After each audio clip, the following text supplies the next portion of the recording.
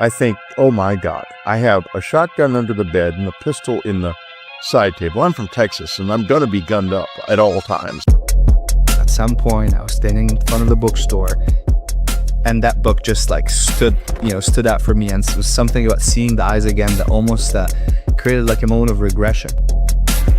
It might be that this is a time right now where we have to be very careful about preserving our dominion of our reality. There's something in your body that you believe is an implant. I feel like right here. Can we see it? You touch it. You can't. I don't. You touch it if you want, because I feel like 2 years I can give you a CT scan of it. Is it okay? Was it weird if I touch it, or is it okay? No, it's fine. But I feel like it might be a little hot. This has been working 2-3 years ago. 2-3 years ago, if you had told someone, go ahead, touch it. Don't be scared. Okay, wait. Here. I'm kind of scared. It's right under my finger now. Oh my God. We are here with the legendary Whitley Strieber, outside of writing maybe the archetypal alien abduction book, Communion in 1987, which sold an incredible amount of copies, inspired a Christopher Walken movie, and has started all sorts of mythological lore and really made it acceptable for other direct experiencers to come out, along with doing so many other things. I mean, I literally just bought a book by Stanton Friedman called Top Secret. It's about, the Majestic 12, and right, you wrote the foreword to it. And so you seem to kind of pop up everywhere. And I'm also joined by the amazing Amar Kandil, who is the #1 supporter of American Alchemy, is 1/3 or 1/4 of Yes Theory, founder of Yes Theory. And I'm always so honored to be graced by his presence at our very small, humble operation at American Alchemy. it's my favorite operation on YouTube, that's for sure. and it's always an honor to just do this together and meet all the amazing people that you just brought into my life over the past 3 years. Appreciate you, man. Well, you've been really pushing me to do this. Yeah, you and Whitley met. We all met actually at the Soul Conference. We got lunch before that, but we kind of reconvened at the Soul Conference, which was held by Gary Nolan at Stanford last year. And you guys really hit it off. And since then, Amar's been like, you got to interview Whitley. You got to interview Whitley. Yeah, well, I'm glad you're doing it. adding to Jesse's intro and even emphasizing the title legendary. I mean, I put this on. It's my first time wearing it, and I think about like it's just this figure, our modern depiction of the Grays, and how much that was massively influenced by you and the book and Communion, and you being able to have the sketch be so accurate that it just awakened something in millions. It was the eyes mainly that awakened something in people. I have to say though, if they finally land and come out and they don't look like that, I will experience the most profound embarrassment in human history, in my opinion. Because you think that they will look slightly different. No, I don't think they'll look different. I think they're not going to look exactly like the cover, but they're going to have those big eyes. I'm pretty sure. You're responsible for the emoji we all use while texting. I know it. No, and it's been such a theme over the past 4 years of looking into this topic and meeting people with Jesse and without Jesse. Constantly come back to, in the 90s, at some point, I was standing in front of a bookstore, and that book just like stood out for me, and it was something about seeing the eyes again that almost created like a moment of regression for so many experiencers. Yeah, and I almost reflect now. This is the end of 2024. The entire country seems to be talking about drones and UFOs, and it's like the most in the zeitgeist that's been in my lifetime. And I think about like the other moment that before the 2000 where that happened was when Communion came out. Right, but there's a significant difference between the two times because when Communion came out, it's very interesting. I was told a publication date, and then all of a sudden the books were in bookstores, and my editor was very coy about it. I said, "What? You jumped it." In other words, boxes of books appeared without warning at bookstores all over the country. And he said, "Well, we felt like there was some kind of resistance." I said, "What do you mean?" He said, "I'm not sure." And I don't know whether he meant I'm not sure I should tell you, or I'm not sure of the resistance. But for some reason, they jumped the book about 2 weeks, and it showed up. When I was writing that book, if it had crossed my mind that it was going to initiate contact for the ordinary people, which is exactly what it did, I don't know. I might have frozen up. It never occurred to me, never even crossed my mind. I was aware by then that there were people inside the government who had had a certain amount of contact, because I had met space scientist David W. Webb, who had come into our lives, I think, through Stanton Friedman, the UFO researcher, and he was very well connected in the intelligence community and very supportive and very friendly, and met us for dinner and came and stayed at the cabin and said I was doing a wonderful thing and so forth and so on. He was very sweet. So I knew the government was aware of this whole abduction scenario. I think now that they've understood the full extent of it, they might not be so willing to say they were aware of it then. But in any case, the fact that this thing that happened in 85 initiated contact still sort of surprises me, because I don't feel like the sort of I don't see how it could be me that did it. That's all I can say. And that's exactly why I felt like we needed to have a conversation with you, because now that just people are more accepting of the idea that the NHI is most likely involved with disclosure and things moving in the way they have been, I often think, I'm like, well, something was very specific about choosing you to have this experience, knowing your background, successful writer, could deliver an experience and articulate what you went through in a way that can make other people connect with that. And I often come back to like, how do you make sense of that today? Oh, I know exactly why they chose me. Why? I can tell you precisely. Well, they chose me for a number of reasons. First, it's a family affair. One of my uncles was heavily involved in this at Bright Path. General Axon. No, my Uncle Mickey and General Exxon worked at the Air Materiel Command in 47. And my father was apparently involved, but he was so secretive, I have no idea whether or not he was. And your father's an Air Force officer? No, he was in the Army during the war. And then there were a couple of incidents in childhood that seemed to me, in retrospect, to involve this. But that's not where I want to go right now. Where I'd like to go right now is into this issue of why me, and that was part of it. I mean, I don't want to go down the road of the details about the family connection, but the most important part is, and I have come to an awareness, and I'm pretty sure I'm right, that they are very concerned about something called cultural colonization. In other words, if they show up with this amazing array of being, skills, technology, mind, they're going to overwhelm us and make us feel completely disempowered. And they don't want that. They're not looking for slaves. They're looking for friends. And they don't want us to be running around behind them begging for their cell phones or whatever, their cell phones to the beyond or whatever they have. And so the choice of this guy, I can tell a good story. I'm an efficient writer, but I don't come from authority. I'm not a scientist. I'm not Carl Sagan. I'm not, I can't, you can take my work and you can say, he was a horror novelist.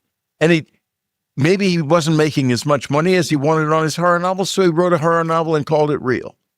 In other words, you can just opt out if you want to with me. If it was a scientist with a big PhD and a lot of authority, you couldn't opt out. So with me, it's take it or leave it. You can take it. It's accurate. The story is real. And especially if it happened to you, you're going to say, wow, this is deeply empowering to me. And this is what they wanted. And I think that's why I ended up where I was. Wow, that's amazing. So you were kind of chosen as a no. I mean, something that you've talked about as well is the great John von Neumann, who is Yes. known for being an absolute genius in his time, smarter than all of the other incredibly smart scientists in the U.S., Hungarian, and studied at a very, actually notorious school in Hungary along with his colleague Jonathan Wigner, and was just known as, laid the Yes. mathematical foundations for quantum mechanics, a lot of modern computational principles. He has said, and you've cited, he's written a paper on the aliens possibly needing to be believed into existence. And if they do exist in some sort of parallel timeline or dimension, that human consensus belief needs to shift into kind of actually manifesting them. And so you would be an incredibly important kind of first node of creating that sort of belief. Well, yeah, and that has been the source of a lot of friction for me in my life. Internal friction and friction with people on the inside who are aware of what you just said. Now, as far as this goes, let's go back and let's explore von Neumann a little bit. Very interesting. He was involved in this. I think that we're past the point of saying, these scientists who were supposedly in the Majestic 12 group, if that was even its real name, that's all nonsense. It's just Stan Friedman made the whole thing up. That's not true. They were involved. A couple of data points to support you before you go on is Robert Sarbacher said John von Neumann was directly involved. Right. And von Neumann died of a really kind of gnarly form of cancer. And he had Secret Service outside of the naval hospital that he was in. Because they were afraid of what he might say. That's exactly right. Yeah. Well, I knew Robert Sarbacher. You knew Sarbacher? Oh, absolutely. No way. Stan Friedman was a catalyst, and he introduced me to Robert Sarbacher and to other people. Do you think Sarbacher was involved? And then we'll get back to von Yeah, I Neumann. knew Sarbacher was involved. In fact, I'll tell you a fairly weird story here. Stan gave me Sarbacher's number, and then he called me back and he said, Sarbacher is waiting for you to call him. He's very eager to talk to you. So I call Sarbacher. Sarbacher proceeds to tell me all kinds of detail about the materials that he was working on at the Battelle Memorial Institute, about how when electron microscopes became operative, they understood that there was a molecular grid, a designed grid inside this very thin material, and that was what made it so strong. And I think that's probably been extrapolated out into our military technology in many different ways, and possibly civilian as well. And he asked me, I narrated my experience to him. This is before Communion was even written. How'd you meet him? Through Stan Friedman. Yeah. Okay. So, and I narrated it to him, and he said, I want you to write it all down and send it to me. So the next day, I sat at my typewriter, wrote the whole story out. I put it in an envelope, and we weren't near. I was at my cabin in upstate New York, and we were not near FedEx, but UPS had just started overnighting, and so they were willing to come pick it up. So I called the UPS office, and they came along and they picked it up to take it to Sarbacher. The next morning, I get a call from the UPS guy on the scene saying, we can't deliver it. The recipient has expired. He's dead. He died. Sarbacher? Yeah, that came to him Give me chills. Wow. the night he died. But that was after Communion. This must have been 80. No, it was 7 or 8. 86. I believe it was 86. Yeah, he died right around then. I thought he Right. wrote to William Stein. Oh. Well, it was while Communion at that point was being created, and that I'm quite sure of. I'm quite sure of the dates. Wow. That's crazy. So what? It was very scary, and I've. Do you think it was related to your I correspondence? at have all? no idea. I was told later that he fell off his boat, and I know the UPS guy said he fell off his boat, and the death certificate says natural causes. Well, the context around what was happening at this time is Sarbacher had just written a letter to William Steinman, who's another UFO researcher, who was actually an employee of Skunkworks who got basically fired over his research around UFOs. And he was saying, yes, there was a program, and von Neumann, Vannevar Bush, Oppenheimer were all involved. And he says these beings are like insects, they're very lightweight, and he talks about crafts and stuff. So maybe he was killed for running his mouth or something, because he was head of Washington National Labs, and David Grush has said on record that he set up UFO secrecy in 1954. And I know he was very close with Thomas Townsend Brown, who was a mid-century anti-gravity. Who set up UFO secrecy? Sarbacher, along with Oppenheimer. Well, what's so fascinating about that is Sauerbacher he talked about it very openly. Well, that's the thing. He was I didn't realize he died like that. He was scrubbed from the internet. There is nothing on Sarbacher now. All you can see is a little memorial from, I think it's some Florida local magazine or whatever. I know other people who are deep inside who are like that, who were extraordinary, had extraordinary lives, and now you can barely find them on the internet. Like who? Well, we're not going to go down that path. Let's keep talking about Sauerbacher. Do you think that's well, maybe talking to me was a mistake. I was very frightened by it. I'll tell you that. And if you read Communion, you'll see my references to this, but I don't mention his name in Communion because I was scared to. That was Sarbacher. Well, Sarbacher's son has now gone on record saying, my father told me that he used to put cameras on, modified versions of V2 rockets in order to chase UFOs. So that has a familiar ring. He might have said that to me, actually. Really? I don't remember it directly, but it does have a familiar ring. Well, that was more and more is coming out about Sarbacher, and Ross Coulthard has some interesting data points around some of the nuclear engineers, old timers that he's met with in Australia, knowing who Sarbacher was. Or I think Sarbacher even taking a trip out there because they had their Woomera nuclear test site. Right. And so there being some correspondence there. And so that's fascinating. You didn't realize. For context, when we did the documentary with Grush last year, I asked him, there is one person that you can ask questions that can lay out, that can allow you to understand the architecture of the program. Who would it be? And he said it was Sarbacher. How fascinating. Because Sauerbacher spent a couple hours on the phone with me. So they knew what was happening to me. They had to have known, or he wouldn't have done that. Well, when Townsend Brown finally achieved a positive result with his anti-gravity experiments, this was in Paris. He flies back to the U.S. and Robert Sarbacher picks him up in his big Cadillac, and that's a noted by his daughter Linda and his historian Paul Shatskin, and so I think he seemed deeply involved in all this stuff, and he's written big textbooks. He was known for having an IQ of 200 plus. And I think having some correspondence with Einstein. Sarbacher. Oh yeah. He was obviously extremely smart, very quick. Yeah. And full of insight, by the way. And really, I think he did a lot of good in this That must world. have been encouraging for you before Communion was made, to just know that you were... Well, the first time I wrote it down was for him. Wow. Oh, and the UPS said, we'll send the thing back to you, but I never received it.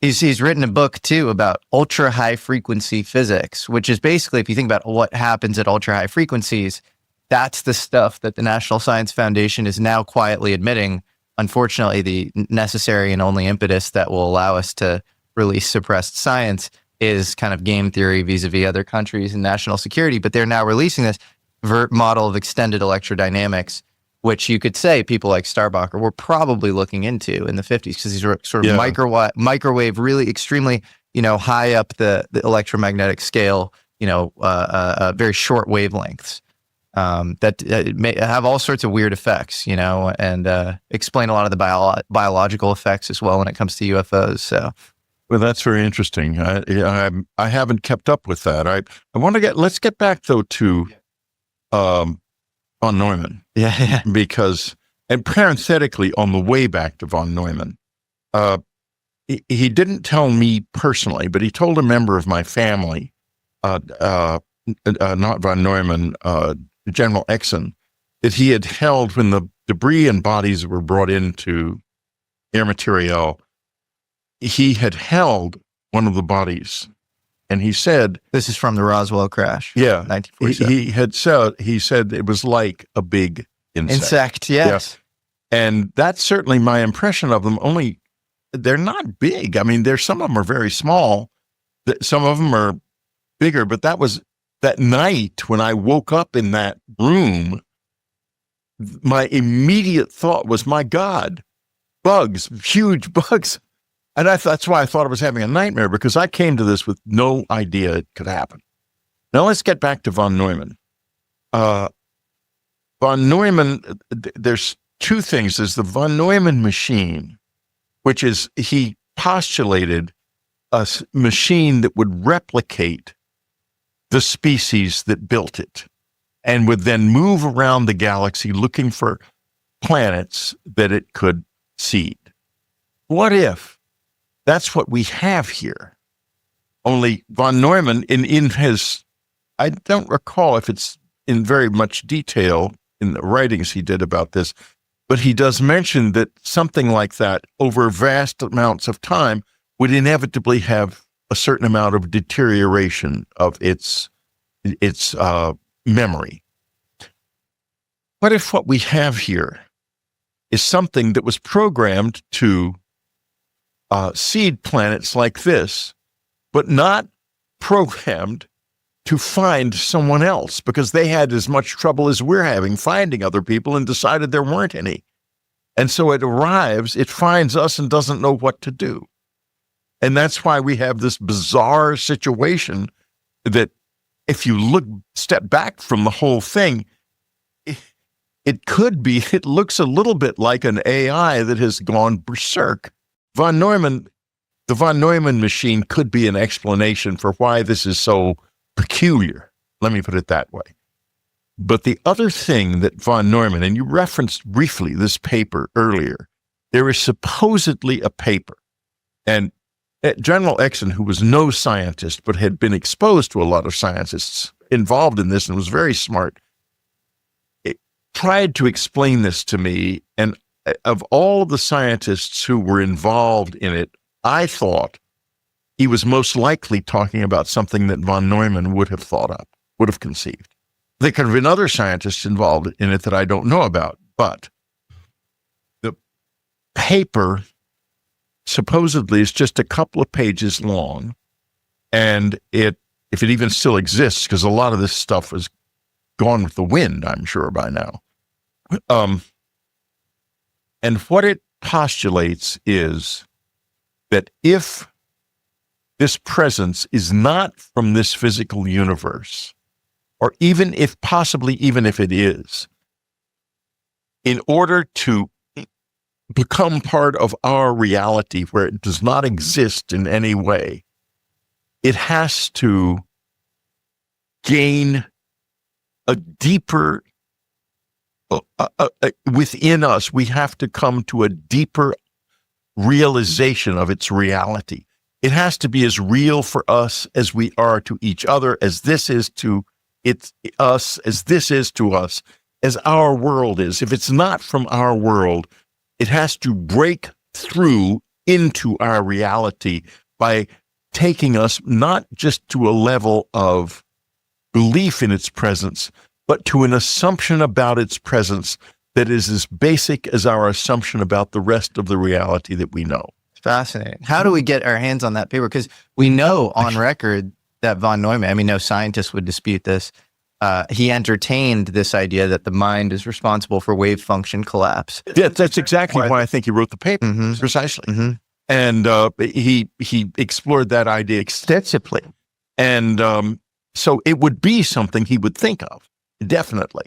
And it is what he's talking about in the paper, I would assume, is an intervention in the process of the collapse of wave function by this other presence that alters the way the wave function collapses when we perceive. So fascinating. Yeah. Now, that would also explain, and I take this extremely seriously because I think we're talking about something real. You understand? I respect this belief. I think this paper existed. Maybe it still does. And it's why when people are all angry about, the government won't disclose and so forth, I say, wait a minute. And they say, well, we're ready. And I say, no, we're not. We don't, because you say we're ready for it, but we don't know what it is. That's and right. therefore, we're not ready. And here's the problem. And I wrote a short story about this, about von Neumann's death, called The Open Doors, about his fear that this is a door which opens in the mind and in the perceptual system and can never be closed. So once the door is open, once we have accepted them into our reality, we can never get rid of them. We can never tell them, no, it turns out we don't want you here because we don't like you and we don't like what you're doing to us. We can't do that. The door opens only once and only in one direction and forever. Now, if that isn't a motive to hide this, to keep it secret, people scorn the Collins Elite. They say, well, they think it's demons and we're supposed to ignore demons and that's why they do. It might go a little deeper than that. It might be that this is a time right now where we have to be very careful about preserving our dominion of our reality and to think of this in some new ways. What do we do right now if we are going to let them into our reality? And I think ultimately we have to, but on our terms. They cannot come into and take our reality. We must not lose dominion. This is what my new book is basically about, and I'm not flacking my book here, but it has come up. Well, how do we maintain sovereignty while letting them in? Because we have to understand their motives and their functionality, their physical functionality, their motives, their understanding of themselves. And we have to, even if it's not necessarily a completely correct conclusion factually, we have to come to a decision about what we want them to be in our reality. And this has got to be a decision that is so deep that it is below the level of ordinary discourse, in a deeper level of consciousness, which is the level of consciousness which von Neumann was talking about when he was talking about the way perception collapses, the wave function. It's at that point that we control this. Fascinating. Yeah. I mean, so this brings this interesting question up philosophically of like, we, all three of us probably at this table, like are somewhat more pro the re-enchantment of the world or anti kind of materialist reductionism, this idea that, everything's kind of happening randomly and lacks meaning. But once you kind of let that into your life, the idea that, maybe there is a hierarchy of being, maybe humans aren't at the top of it, maybe things are way more magical than they seem. It is a Pandora's box. And the farther and deeper you get kind of ontologically, as far as kind of chasing truth, the more evil you have to face and fight as well. And so how do you ensure that human consciousness raises kind of commensurately with our, unveiling, epistemologically? Well, that gets me to a story of something that happened to me in the 1970s, before any of this was in my life. But other people already knew it would be, apparently. But my wife was a very social person, and she had lots of friends in New York. And we went to a lot of parties. I was even invited to some of the parties, but told, don't be depressing, or I'll throw you out, and you'll have to go home alone. In any case, at this party, there was this lady who wanted to sit with me and talk with me. She said, Mr. Whitley, she talked with an accent, let's sit down over here. And we sat down, and she said, I want to tell you my story. My story is this. I was doing the magical working, she said, in a shtetl in Poland in the 1930s. And we pushed away the dark side. We had made extraordinary progress in animating a golem. But we absolutely walled off the dark side, which kept trying to enter our working in different ways. Suddenly, across the river, there burst tanks with men in them in black uniforms with death's heads on their caps. And we realized that we had forced the dark side to come in on its own, and it had broken down the door. This woman walked from Poland to China over the next 6 years, and there was still an American presence in China when she arrived, and General Stilwell got her to the United States, where she rejoined the same community that she was in Poland, which had moved to the United States. It is terribly important that we understand what the dark side is and not say it's demons and we don't want it, we push it away. We have to understand that it's the wellspring of knowledge, and we have to take care with it. I mean, you do not dance with the tiger, but you respect the tiger's presence in the world. So how do you do that? Because you've said on record many times you think you are where you are as far as your worldview because your curiosity trumps your fear. It does. I know that for sure. On the one hand, you have all these myths like, the philosopher's stone or the Holy Grail, or, you're seeking truth and you find it and you realize it's within or something, and the outer is the inner, the Siddhartha, you have all these stories like that. It's kind of hero's journey. And then you also have stories like Faust and Prometheus of going for the forbidden truth, for the knowledge, and then getting burned. And so how do you toe that line? Well, the first thing we have to do is to understand that all of us contain Faust. All of us are Prometheus, and we always will be. That's called being human. And the best way to do this is to fully embrace in our deepest hearts the honest truth about our humanity, its dark side and its light side. We all want to be good people, but that's not all we are. Not one of us. That's not our nature. Our nature is to be sentimental about the good, but enjoy the bad and the dark. And that is, look, the whole expression of rock and roll is about that. It is an incredibly important expression, a new kind of expression of the human spirit. So I love it so much. Although I don't have the ears for it anymore. Unfortunately, I have to put earplugs when I go to concerts. I hate it. Who's your favorite? I'm not going to get into that. I don't want to go down the rock and roll road. We'll be here doing that all day, and your fans will sing, "Why did you talk about rock and roll for 2 hours?" Come on. They want to know the real Whitley. Well, no, the real Whitley is actually also a huge classical music fan and an opera fan. Okay. So I'm a real culture vulture on many different levels. Amazing. Yeah. What do you think, speaking of the dark side, you obviously experienced this famous, abduction, if you will, in 1985.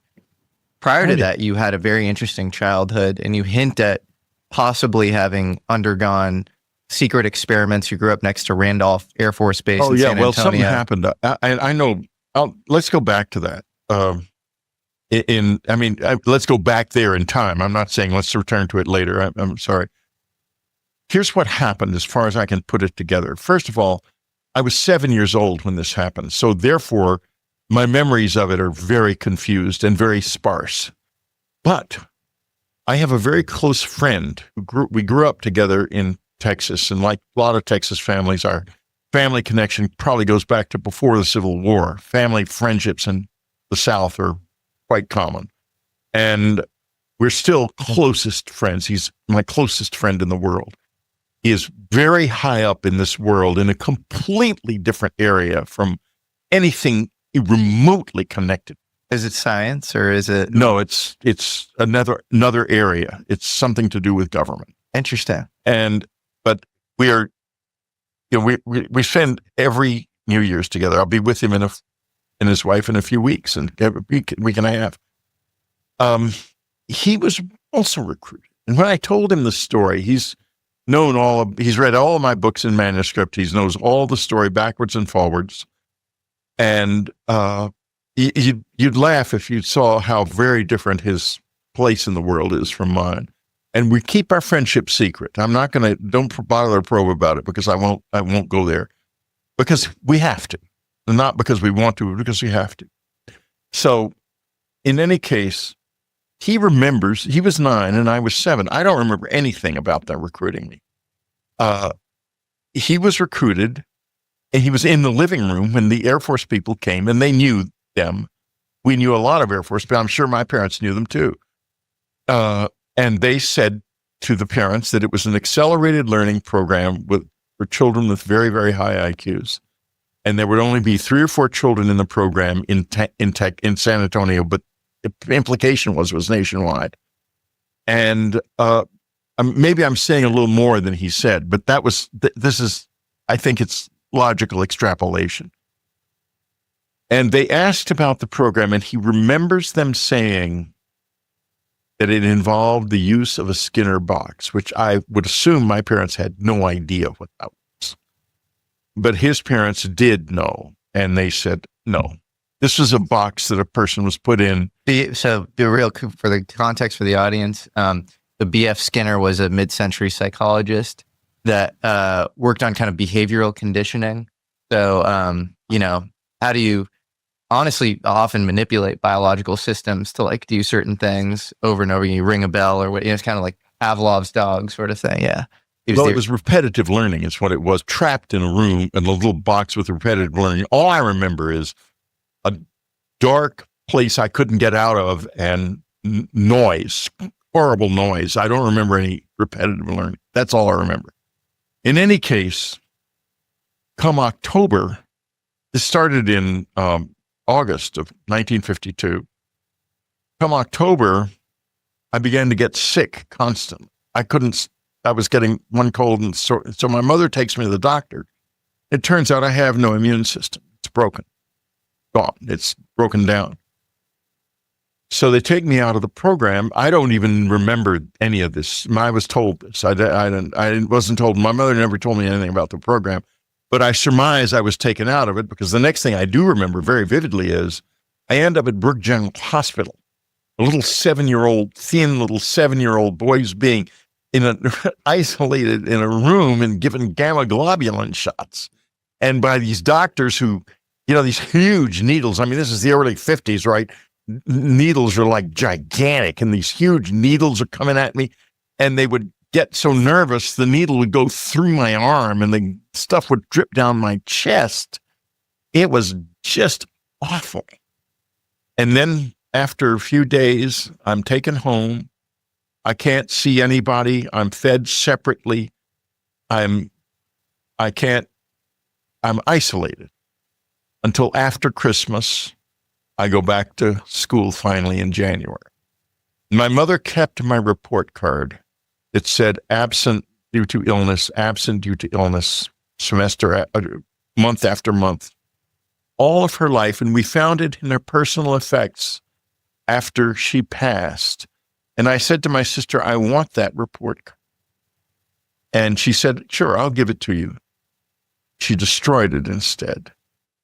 And I said, why did you do that? I wanted that. And she wouldn't say anything about it. She said, Whitley, I just did it. What does your instinct tell you on what the Skinner box and these experiments were for? Were they to make you a high performer? No, they were to crack the cosmic egg, I think. So kind of liberate the soul from the body and light astral travel? Or? No, because the visitors showed up a couple of years later, or right then, maybe right even then. And I think that was the purpose and I think that to make you a receptor. I think that this started.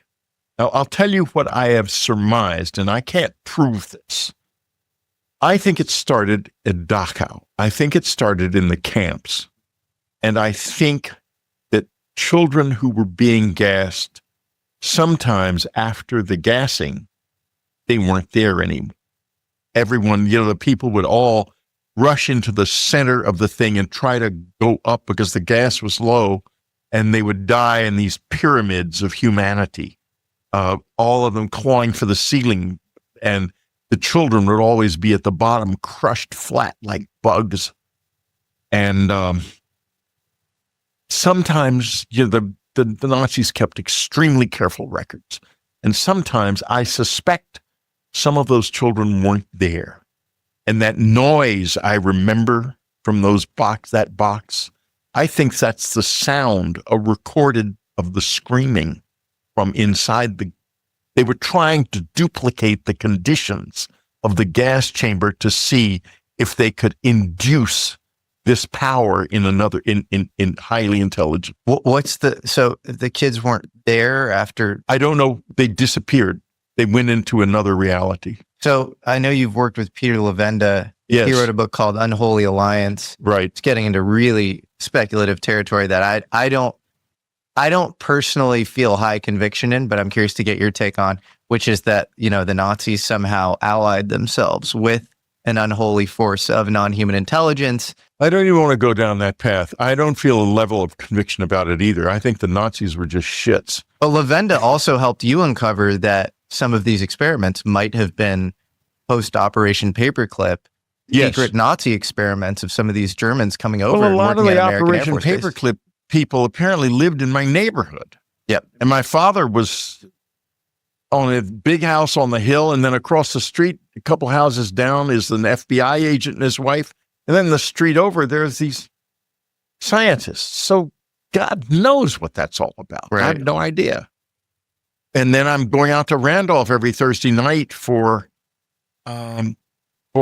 these things. And then that ends. And, I sort of go back to living a normal kid life. I have a wonderful childhood. It's almost that made me think, is there something about inducing such a high state of human suffering that opens a crack in the same way that an immense amount of love and like focused intention can also open, cracks open something in our fields that allows, someone who's thinking about you with a lot of love allows you to maybe feel that. Yeah, I think you might be on the right track.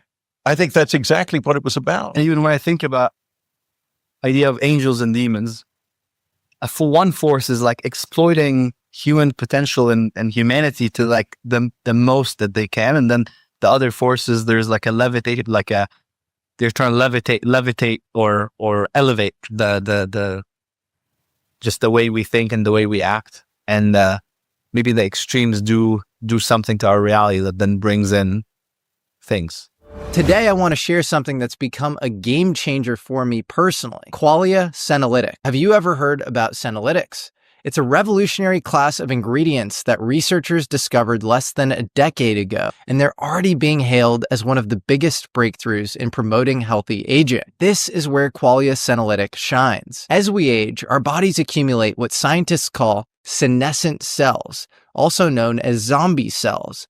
These cells just sit there, hogging resources and dragging down your energy, recovery, and even mental clarity. Think of it like pruning a plant. You've got to remove the dead leaves to get the rest to thrive. Since I started taking Qualia Senolytic, I've felt a huge boost in energy and productivity. I'm sharper, more focused, and genuinely feel like I've rolled the clock back. And here's the kicker. You only need to take it 2 days a month. This science-backed formula is non-GMO, vegan, and designed to work synergistically to help your body shed those zombie cells. And with a 100-day money-back guarantee, there's zero risk in trying it out for yourself. So resist aging at the cellular level and try Qualia Senolytic. Go to qualialife.com/Jesse for up to 50% off and use code Jesse at checkout for an additional 15% off. For your convenience, Qualia Senolytic is also available at select GNC locations near you. That's QUALIA life.com/Jesse for an extra 15% off your purchase. Thanks so much to Qualia for sponsoring today's episode. All right, imagine this. You're crushing it all day, feeling confident, and suddenly it hits you. A little boost of freshness that keeps you in your zone. That's exactly what Mando does for me. It's not just deodorant. It's a game changer for your entire routine. I've been using Mando everywhere, even places you normally don't think about. And let me tell you, this is not your average deodorant. It's designed for your whole body and delivers freshness like nothing else. Plus, I love the scents. Bourbon leather, that is sophistication in a stick. What makes Mando different? It's safe, effective, and works wherever you need it. Baking soda free, paraben free, and clinically proven to block odor for up to 72 hours. It's like confidence in a bottle. Mando's starter pack is perfect for new customers. It comes with a solid stick deodorant, cream tube deodorant, 2 free products of your choice like mini body wash and deodorant wipes,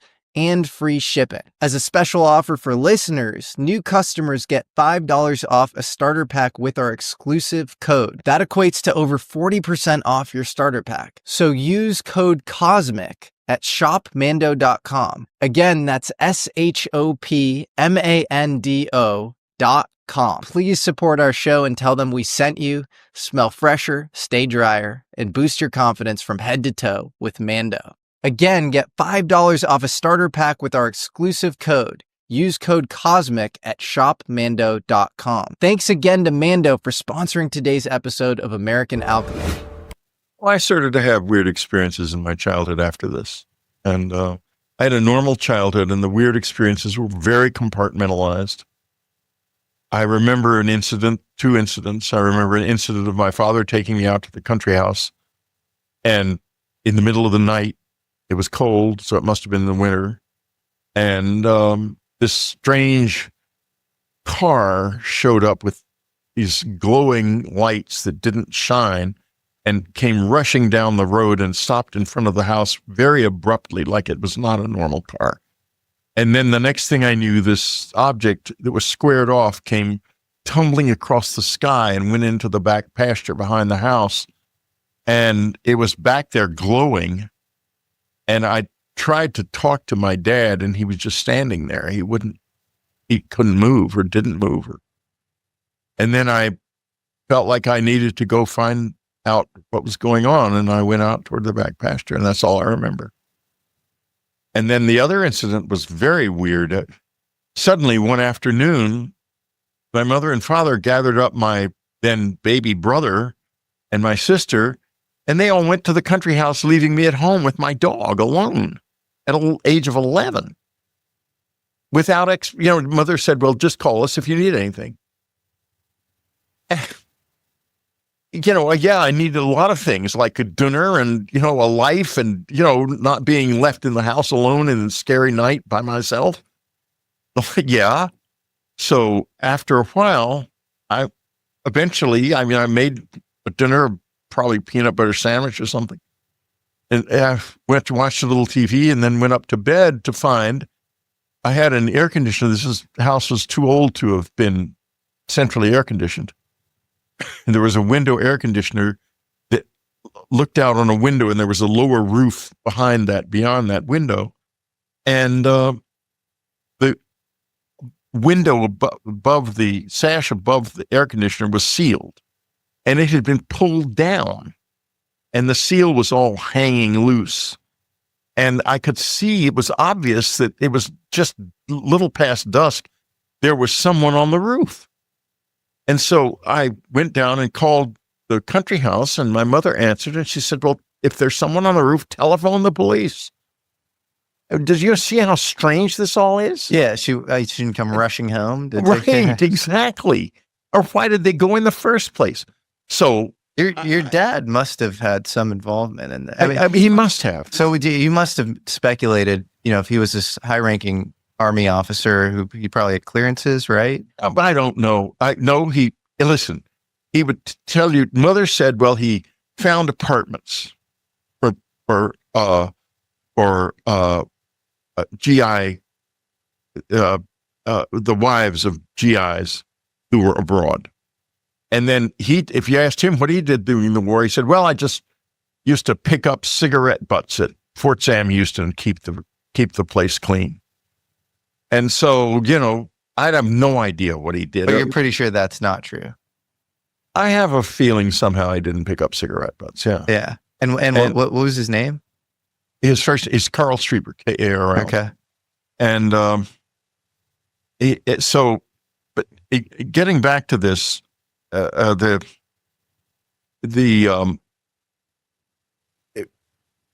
I went downstairs to call the police, but there was no 9/11 in those days. I didn't know how to call the police.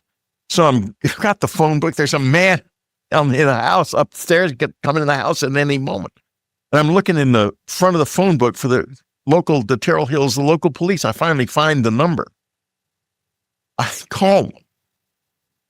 And the lady answers. And, we only had like 3 cops. It was a small community, a bedroom suburb of San Antonio, but an independent city. Save on taxes. And a cop comes. I know the cop. I know all the cops. All the kids do. It's not, it's a very small scale deal. He parks it down at the front of the house. It's a half-acre front lawn with big, huge hedge, like 60 feet tall ligustrum hedge, and a bower kind of and he comes through, and I see him coming up out of the shadows, and he's got his gun out like this. He's coming to the house with his gun in his hands, and it scared the hell out of me. What did he know that I didn't know?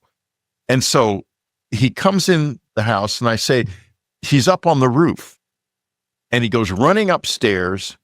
Seconds later, he comes running down, yelling, "There's no one there. There's no one there." He runs down to his car, gets in it, and drives off. That was it. Then what happens to me? I actually don't know. The rest of the night, I don't remember a thing about it. I remember my parents and my sister coming home the next morning. It was a beautiful morning. I came home at about 11 o'clock or 12 o'clock, before noon, because I had lunch with them. I'd made my own breakfast. I remember that. That's the story. And you're still in communication with the NHI, is that right? As of today. Yes, it's part of an it's my NHI life. non-human intelligence. I am in communication with something. Do they manifest themselves as grays for you, or still? No, not often.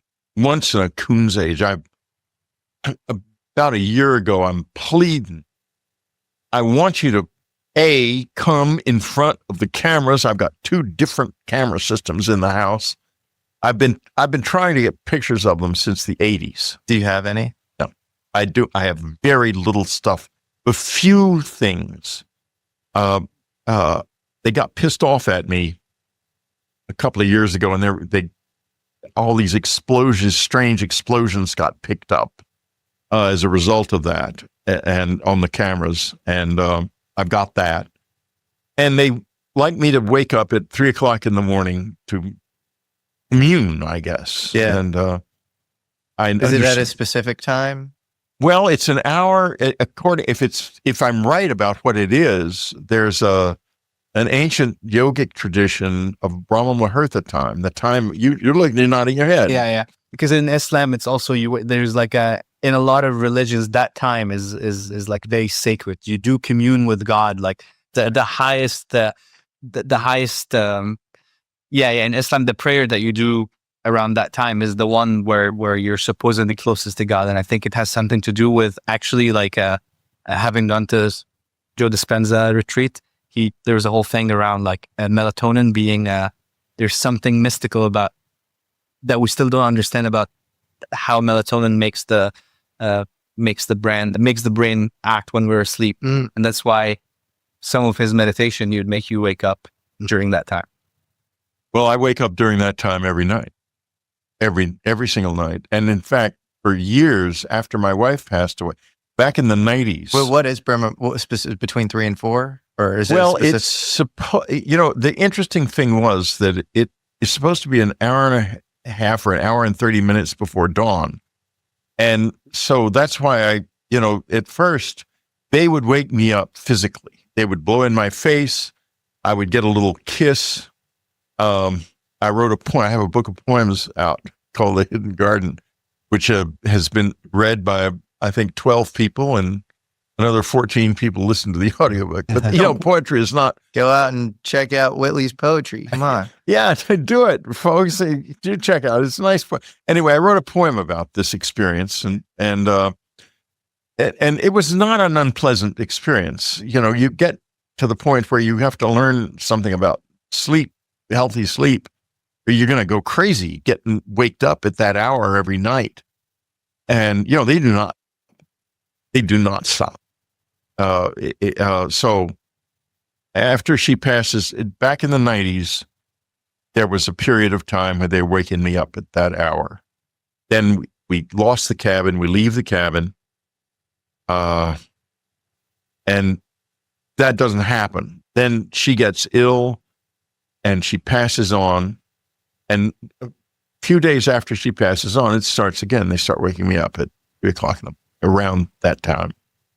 And it becomes a very big part of my life.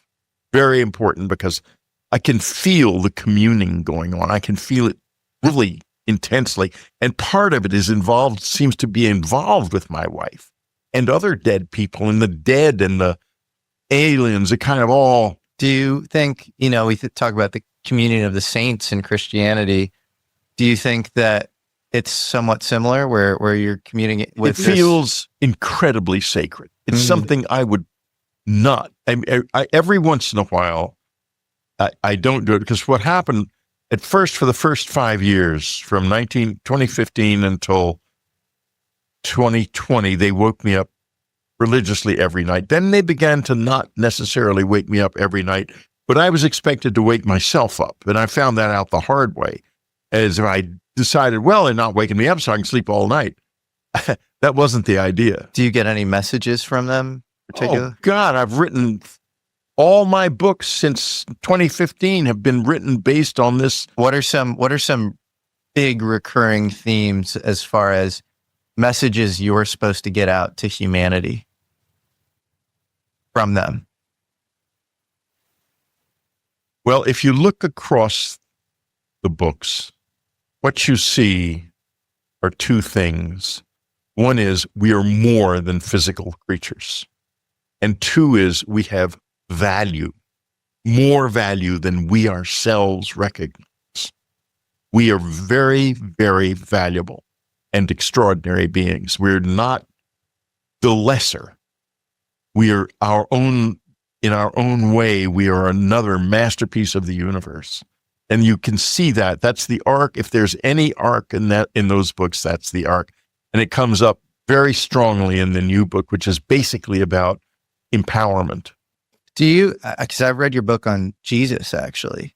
You did? Yeah. Oh, thank you. Yeah, of course. I thought it was great. And it definitely has like Gnostic underpinnings around your view of Jesus, that he ascended to, in traditional Christianity, he was the son of God. He was also God-like, but I think you view him as possibly one of many. And so going to your point about humans, generically speaking, being more special or more God-like, would that be your sort of worldview, that we're capable of coming to deity? That because we're not like the angels and perhaps the demons, we don't have to be anything.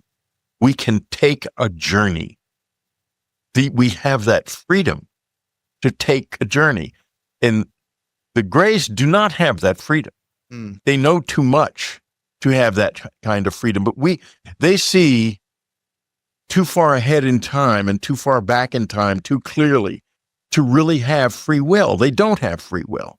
That's interesting. So you're like, because I remember one part of communion, it's like this kind of joke, but it's twisted and it's so visceral. And the being says, "Soon, my dear, you'll be one of us," or something. Just like us. Yeah. And right. so it's like they've moved so far down this path that they've hit this sort of cul-de-sac, and so they know too much. And they're trying to come back to warn us, to inflect in some sort of more godly way or something. And to also enjoy communing with us, because when they are in communion with you, they are experiencing time the same way you do. Everything is new. How do you discern between good and bad in that scenario, where if you do think that this is some sort of parallel or alternate timeline, what if it's bad entities and they're trying to ensure that their own sustenance and through trickery and deception? You have to be your own best counsel, your own wisest counsel. You have to live a good life.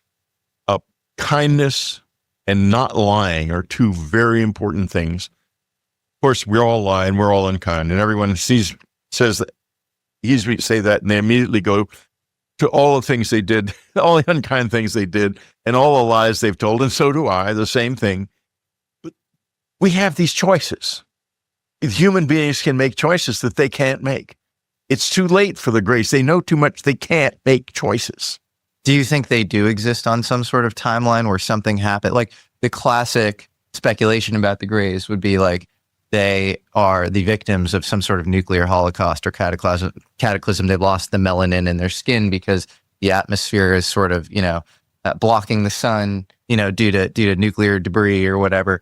Do you believe that or any sort of specific version of who they are, where they're coming from?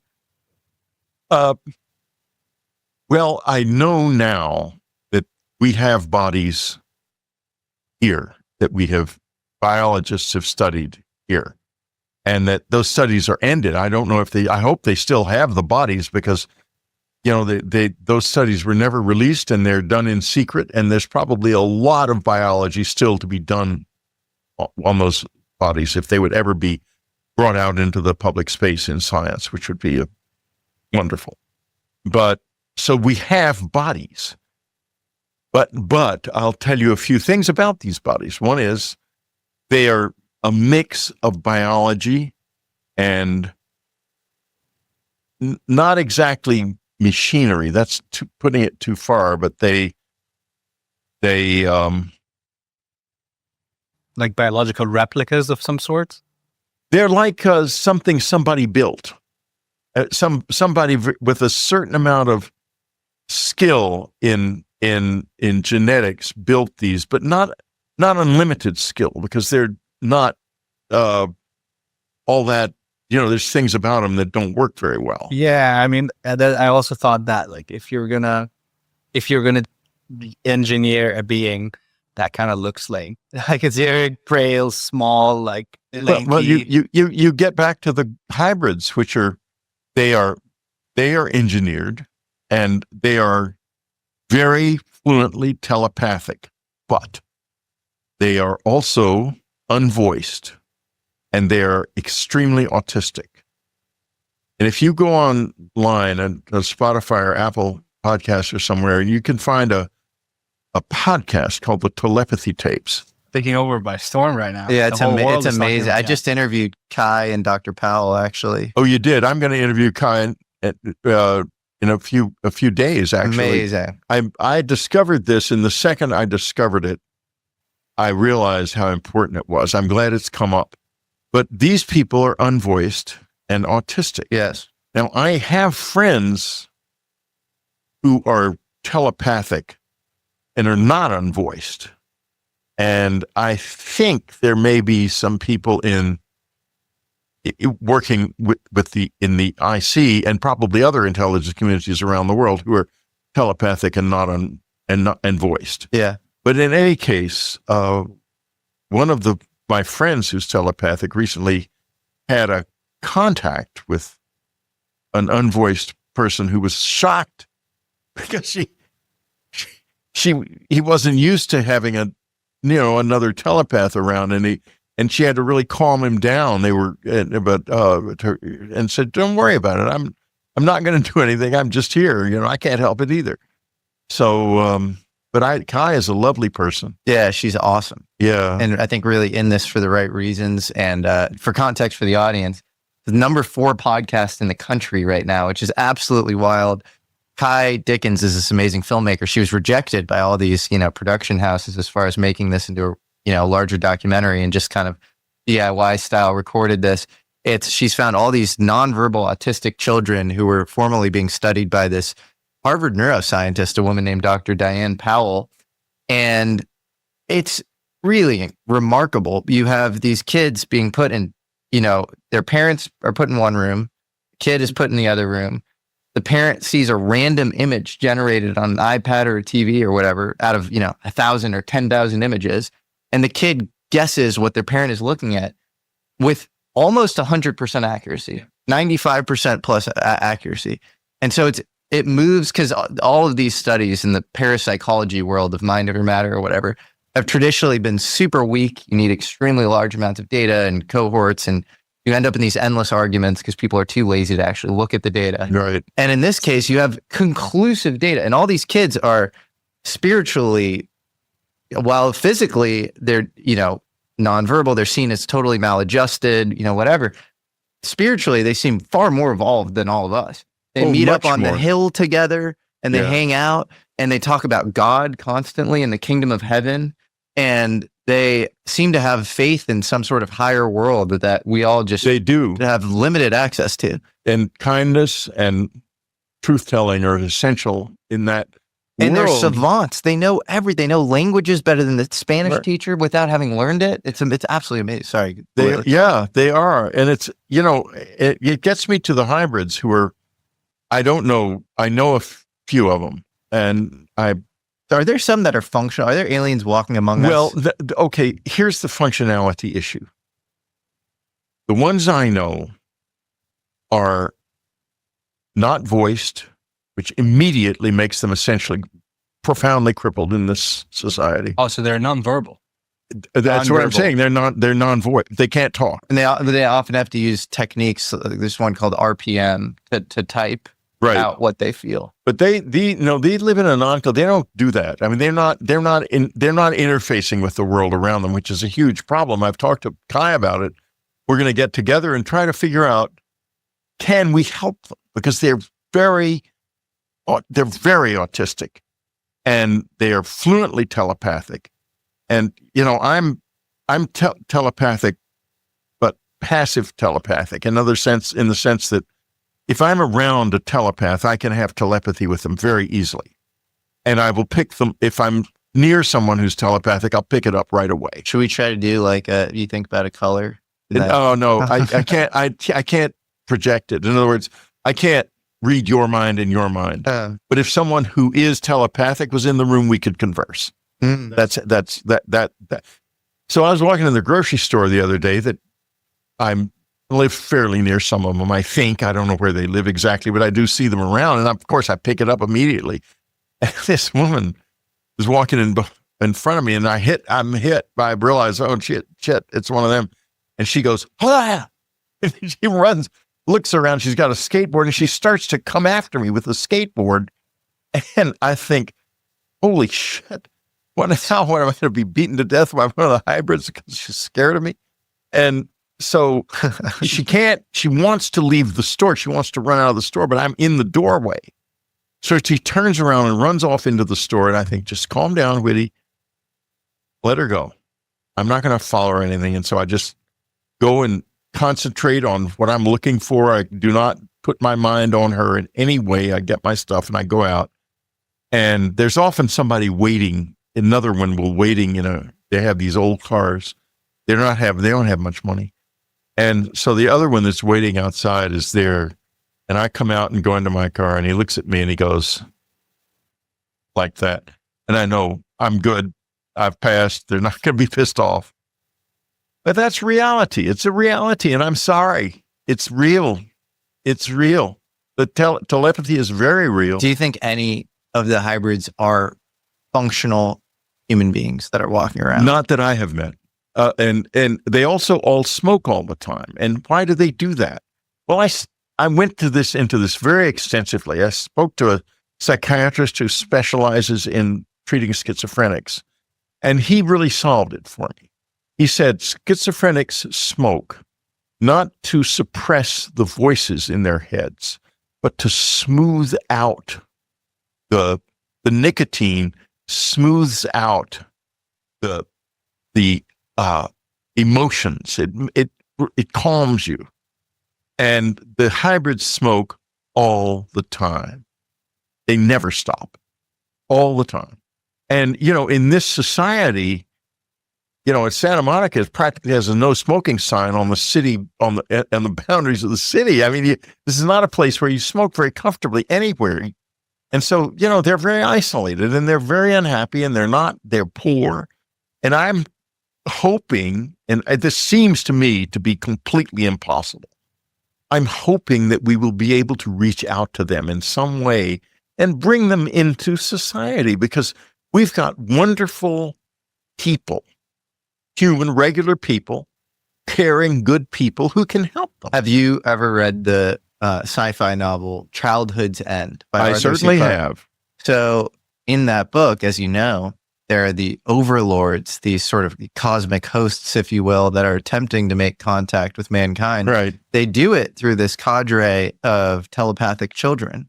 Yes. And these telepathic children are sort of the Paul Reveres, if you will, of humanity, that are starting, this communications channel to this higher kind of Borg-like being. What do you think of that? Do you think that's a case of fiction becoming reality? Or he was obviously a very extraordinary man. he was Arthur C. Clarke was fascinating. Fascinating man. He's probably MI6. Oh, probably. Yeah. He lived in Sri Lanka. He wrote a book about a portal in Sri Lanka on the top of a mountain, and now you have to speculate that he actually thought that there was one or something. Well, Like, of course he did. I'm sure he did. Yeah. I had the strangest experience with him. I had a friend, Mike Smith, when I was living in London. He was also an American, and he was a very good artist. And in those days, the English were easily fooled by fake credentials. So he made some fake credentials for a paper called the Chicago Citizen, which didn't even exist. And we used to use these credentials to get into places we didn't belong, like Ask at Opening Day and the premiere of which one is 2001? Was Space Odyssey. Yeah. yeah. Arthur C. Clarke's the movie, okay. Yeah. Arthur C. Clarke, Stanley Kubrick, based on actually a novel by Arthur C. Clarke called The Sentinel. Right. So Arthur C. Clarke is there. I end up sitting beside Arthur C. Clarke in the movie. No way. I'm telling you the truth. That's crazy. And so, I'm very quiet, of course, because I don't want to get thrown out. And I don't think it'd be too long before another American's going to realize that I'm there based on complete bullshit. And so I'm sitting there. Or you were meant to be there. Baby. And I asked afterwards, he turns to me and he introduces himself as if he didn't know who he was. And I tell him my name, and he said, "Well, why are you here?" And I said, "Well, I'm from the Chicago Citizen." The Chicago Citizen, he says. I said, "Yeah, it's a new paper." Oh, he says, "Well, what do you think? Are you going to write a review?" He says, I said, "Yes, I'm going to write a review. And in the review, I'm going to say that you are a genius." And he says, "Well, you better say Stanley's a genius too." Wow. So that was my contact with Arthur C. Clarke. Both of those guys were truly geniuses. They were great geniuses. And Yeah. God, I have a feeling there's not too many places in the universe that create geniuses that are scot-free in the world like we are. In moments like this, I just often remember a specific interview that Dr. John Mack did with one of the kids from the aerial school. And he asks her why she thought the visitors were there. And she goes, "In space, there is no love, but down here, there is." And I remember so viscerally watching that for the first time and that resonating on such a deep soul level that, and of course, you can make the case that it's wishful thinking. Of course, I want to feel special as a human, and I want to feel like we have something here that doesn't exist elsewhere in the universe. But there is something so profound that anybody that has experienced like a love and a sense of, to anyone that just experienced love, you can really you feel the transcendence of that. I mean, the most popular film for the past decade was about like transcendence of love, Interstellar. So like the whole film was about that. Yeah. So and you could see how like it's almost like right now is the 10th year anniversary, and the people are talking back about the film because people are watching for the first time. Big fans are watching it again, and the convergence of even that, I was talking to Jesse about a couple of days ago. It feels so everything feels like it's making sense for the moment that we're living right now. On like in the way people are, in the drones popping up, on people thinking more about space with SpaceX landing, a tower coming from space back onto Earth. I really do think that we have something so profound here that we have to preserve, that we have to gather around to, like, as you said, really understand what is it that makes us who we are, what is it that makes them who they are, and so that they are here based on our terms. We know that they're not going to be the overlords that we have to like. That's just exactly what we have to. submit our entire sovereignty to just because they're a higher form of intelligence. 2025 is about figuring out how to live together. And that does not mean we are going to have to accept overlords. If that's all we can manage, they don't want to be here. Maybe our current reality is more governed by entities than we realize. Like, where do thoughts even come from? And so I think there's kind of this perspective of like, you know, one of my favorite quotes is this Eden Philpott's, the universe is full of magical things patiently waiting for our wits to grow sharper. Yeah. And That's a wonderful quote. it's a wonderful Yeah. quote. And there's maybe some strata of beings that are waiting for us to ascend to their level to truly, you know, communicate at parity with them. And then there may be some other beings that, if you're not aware of them, probably have more insidious control of your life right now. Yeah. And so like it brings up all these sort of kind of epistemic ontological questions. When you're daydreaming, why are you thinking what you're thinking? You're not consciously constructing those thoughts. They're sort of entering your mind as if it's this antenna receptacle. And so then you have to ask what's on the, you know, sending end of that. And, you know, Well, on that point, I feel like we jumped straight into the communication with the NHI, but we're not.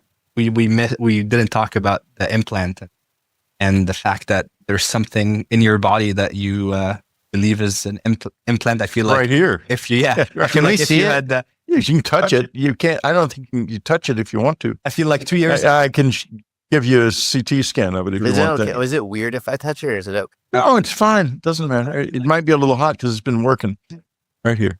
2-3 years ago, if you had told someone, Go ahead that and touch there's it. Don't be scared. Here. It's right under my finger now. oh my God. Yeah. That is, not- well, can you touch it? I'll come touch you, but I want to finish this point because I feel like that's also the normal tissue. yeah. No, it's no. not. I mean, there's the CT scan, there's a video of the surgeon trying to remove it, and the thing fucking moving at its own, like it's Oh, it's going evaded the down into surgeon, my earlobe. Yeah. and it just like goes down. And I remember watching that. I guess it went under, But that's the hard part. but it disappeared again. Exactly. Where- It's actually moving now. It went under. It's on the run. Well, it kind of is because I could see it just bright as day, and now it's. I don't see it. Am I going to have weird effects now that I. No, not at all. Listen, it's been in this it's part of this conversation. It ears gotten hot and cold all through the conversation. The implants. Really? Yeah. It's So you involved. think it's how you communicate with the beings? No, it's I work with it. In other words, I can interrogate the implant while I'm talking. But you've had, it was humans gave you Two the implant. humans, yeah. And This suits is something we like haven't Men in touched. Black style? This is something we haven't touched on yet, is the human level of this. And I can tell you a lot about the implant and and what it does, because I've learned about this I was taught this by a couple of people who came into the house. But let me just back up to the time it was put in. Somewhere in one of my books, it says it was 1992 it was put in. That's a copy editing error. It was May of 1989. And I was in bed in the cabin, and Anne was asleep. It was about 11 o'clock at night. I was still reading and just about to go to sleep. The cabin looks out on the swimming pool in the back. I had so much money then. I really wish I hadn't been destroyed. What happened? Did you see Beyond, the MGM thing? The part of is episode 3, it goes into South Park lampooning me and all the beating up I took. And eventually people will buy a book from somebody who's controversial, but they're not going to, it's easier now. But in those days when you had to go into a bookstore to buy a book, you're not going to buy a book by somebody who's a laughingstock and being laughed at. And it torpedoed my career, wiped me out. And I went on this long, agonizing decline that ended with the loss of the cabin and eventual bankruptcy. And it was just a disaster. So Sorry, I'm man. sort of knocking along right now. I don't have much money, but I don't need much money, and I can't, I don't trust the publishing industry not to get into bed with the Defense Department. And I'm well aware of the fact that there are people in the Defense Department who do not like me and do not want my work out there. Why don't they like you? Ask them. Ask the Collins elite why they're scared of Whitley. They really don't like you, the Collins elites. They do not. They think I'm in league with demons because they are simple people who are way behind they're behind the 8 ball and behind the times. I want to get back to your implant, but really quick with the Collins elite, this is this evangelical Christian group that like is cited by Lou Elizondo and other kind of disclosure advocates as being anti-disclosure because they think this is all demonic. And so it can't be scientifically studied. We shouldn't even look at it. And a lot of them were actually looking at the phenomenon I think as a part of this program called Stack 5 at Wright Airfield. Right. And then they came out of that study with the conclusion, this is written about by Nick Redfern in his book, Final Events, that this is all demonic. We shouldn't look at it. We should look away. But I've never heard the Collins elite well characterized by anybody. Like, who are they? They're still operational? And like, what do they want to do? They were early in the CIA, right? They were sort of. No, it was Air Force people, Air Force, as far as okay. I know. Yeah. Okay. And I don't want to go down that path because if you look at Beyond in episode 3 and you see what happened to me and what it did to my life, and it's got something to do with them, I'm convinced. And because there's a lot, the intelligence community does way more social engineering in this country than it should or should even be legally allowed to do. The CIA stays out of that because it's not allowed to propagandize the American people. But I think there's lots of workarounds with other alphabet agencies. Yeah, Air Force Office of Special Investigations. Right. And and the connection between some important aspects of the old media and those organizations is very profound. Absolutely. Very dangerous. So it's 1989. Okay. The implant. Yeah, let's get back to the fun stuff. I don't like to talk about that other stuff because there's not a lot that I can do about it. And I have been beaten to death by them. So, and maybe I'll just finish the point when you were touching the implant. Now people can accept that story given, Lou Elizondo's testimony and him even bringing it on News Nation and talking about it. But I feel like, probably the time you were telling people they have an implant, people probably thought you were just nuts because what do you mean? Not really, because actually, I guess you had a video. Yeah. Well, no, initially, anybody can, if they were in this room, could feel your ear. I don't know what that is, man. I mean, that is like not. Well, you can look at the video and it's in a number of documentaries and somewhere on my website too. My website's too big and I can't honestly say where very easily, but you see the doctor try to remove it. You see, he says, my wife sees it. She's right there. Ooh, look at that white thing. She says it's a white disc. Because one of It's like a little tiny white disc. That's it. I mean, I got a little piece. And the doctor he was such a cute, sweet guy. That's it. I'm not gonna do anymore. But he didn't know anything about alien implants. And Aaron had said to me from the beginning, you're not getting it removed. You're not getting it removed. Then it's 1994 or 6, I believe it was, and we lost the cabin. We're living in a little condo in San Antonio and we meet this guy and we talk and, he's interested in community and stuff.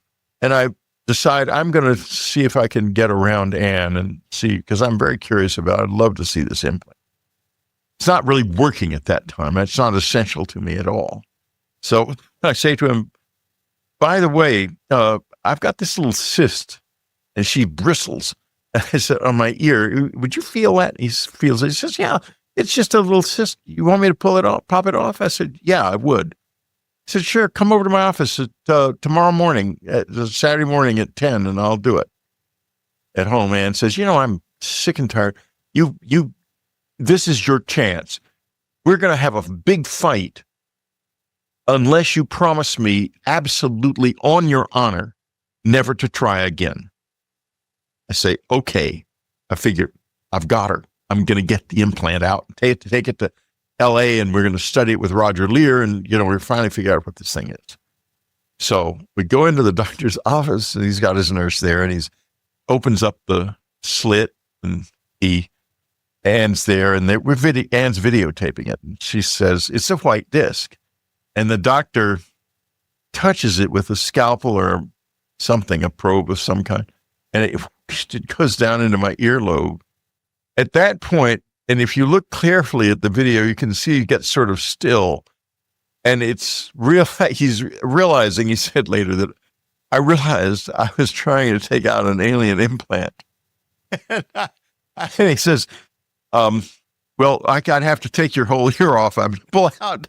Whoa. It was, then 2 days pass and the ear burns like hell. I think my ear's caught on fire and it goes up back under the skin to this place. Do you have any sense of what it's made out of?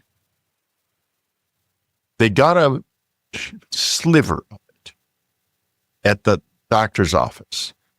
He sent it to the lab under ordinary circumstances.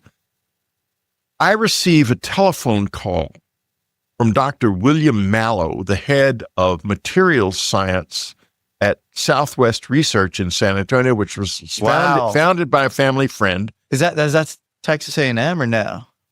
No, it's not A&M. No, this is different. Okay. This is a private foundation founded by Tom Slick, San Antonio man, back in the 50s. And Bill is his head of material science and has been since the beginning of the foundation at that point.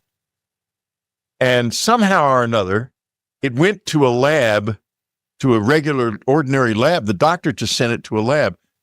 But he doesn't get a report from the lab. I get a call from Bill Mallow about it. So it's gone from the lab to Southwest Research, which is 54 or 45% funded by the CIA. Bill says, I've got your piece of your sliver of the implant. And he says, it is a metallic base with febrile moving cilia coming off of it. And then the doctor calls me all excited because the lab tech has seen it and told him the same thing. And I guess the lab tech sent it to Southwest for that reason, because it was so unusual. A lot of these things are reported as moving under their own metabolism or containing some sort of cilia. Oh, listen, I studied a lot of them with Bill. I mean, Bill and I became close friends, and we studied lots of the ones that Roger Lear was producing from here in L.A., from the surgeries he did, and we found one that was remarkable. When it was in situ in the person's neck, it was emitting a radio signal, and I'll get to the radio signal in a minute. Do you think that? So yours, it does. I can tell you about it. Can he measure the radio signal? Because I just interviewed Bob McGuire, whose girlfriend has an implant, and he put like an RF detector over her head and could like measure the frequency coming out. And so, do you ever do things like that? Or? Let's not forget what I was just going to say. Yeah. But yeah, here's what happened. At one point, it used to, in the old days, when it turned on, my ear would turn bright red. It was very noticeable. I would hear a noise in my head. It was trying to communicate with me and failing, and that's why it was like that. But I didn't know that at the time. So I'm in Bill's office. We're talking about it, and suddenly he says, your ear's turning bright red. I said, I hear it, Bill. It's on. He said, let's go. We run across the campus to a signals acquisition lab. We get in the lab. I sit on a stool in the middle, and they've got all this stuff going on. And after about 10 minutes, it's cold now, and it turns off. And the lab guys say, we've got a signal. But we can't tell you anything about it because the lab's classified. So I think, I say to Bill, I want to know the signal. He said, well, we'll send you some information. Of course, they never do. Then the piece of the implant disappears from his office or is sent off to some other lab. I mean, they were about 60% they were not totally reliable. Let me put it that way. For me, they were not telling me everything by any means. 20 plus years pass. I'm doing a book signing in San Antonio. All of a sudden, two guys walk up. They say, "We want you to know, Whitley." One of them says, "I was one of the technicians who acquired the signal, and it is the strangest signal we've ever acquired, and it's still under study." And they turn around and walk out, gone. I never see them again. I have tried every kind of RF meter there is to pick up that signal. I've had ham operators and all kinds of people we can't pick up a You signal. know what you should do? Use a quantum interferometer. I wonder if that's what they used at that lab. I don't know what they have in a classified signals acquisition lab. Well, the reason I say that is, maybe, I don't know if I'm allowed to say this.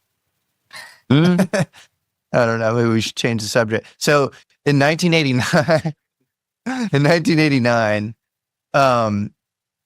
this implant is put in your ear. Okay, here's what happens. I'm lying in bed. I'm reading. The windows are open. It's a May night. It's a very pleasant night. So there's no air conditioning isn't on. The windows are open. And it's just going to sleep.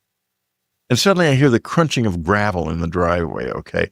I do not see any lights. There's a big gate. The place is pretty secure.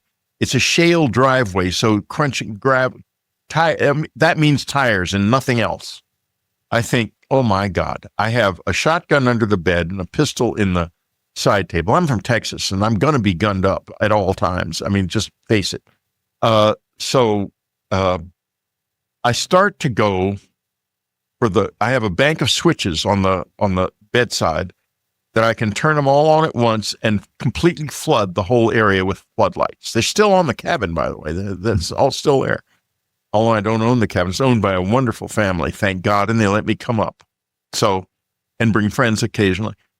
Anyway, I go for the switches, but as I'm turning, I see a woman standing near the foot of the bed. She's already in the room, and a man beside her, and I hear a voice in the backyard, male voice, go, "Condition red." And then they run forward, and instead of going for the lights, I don't care about the lights anymore, I'm going for the shotgun. The next thing I know, I'm lying on my right side in the bed.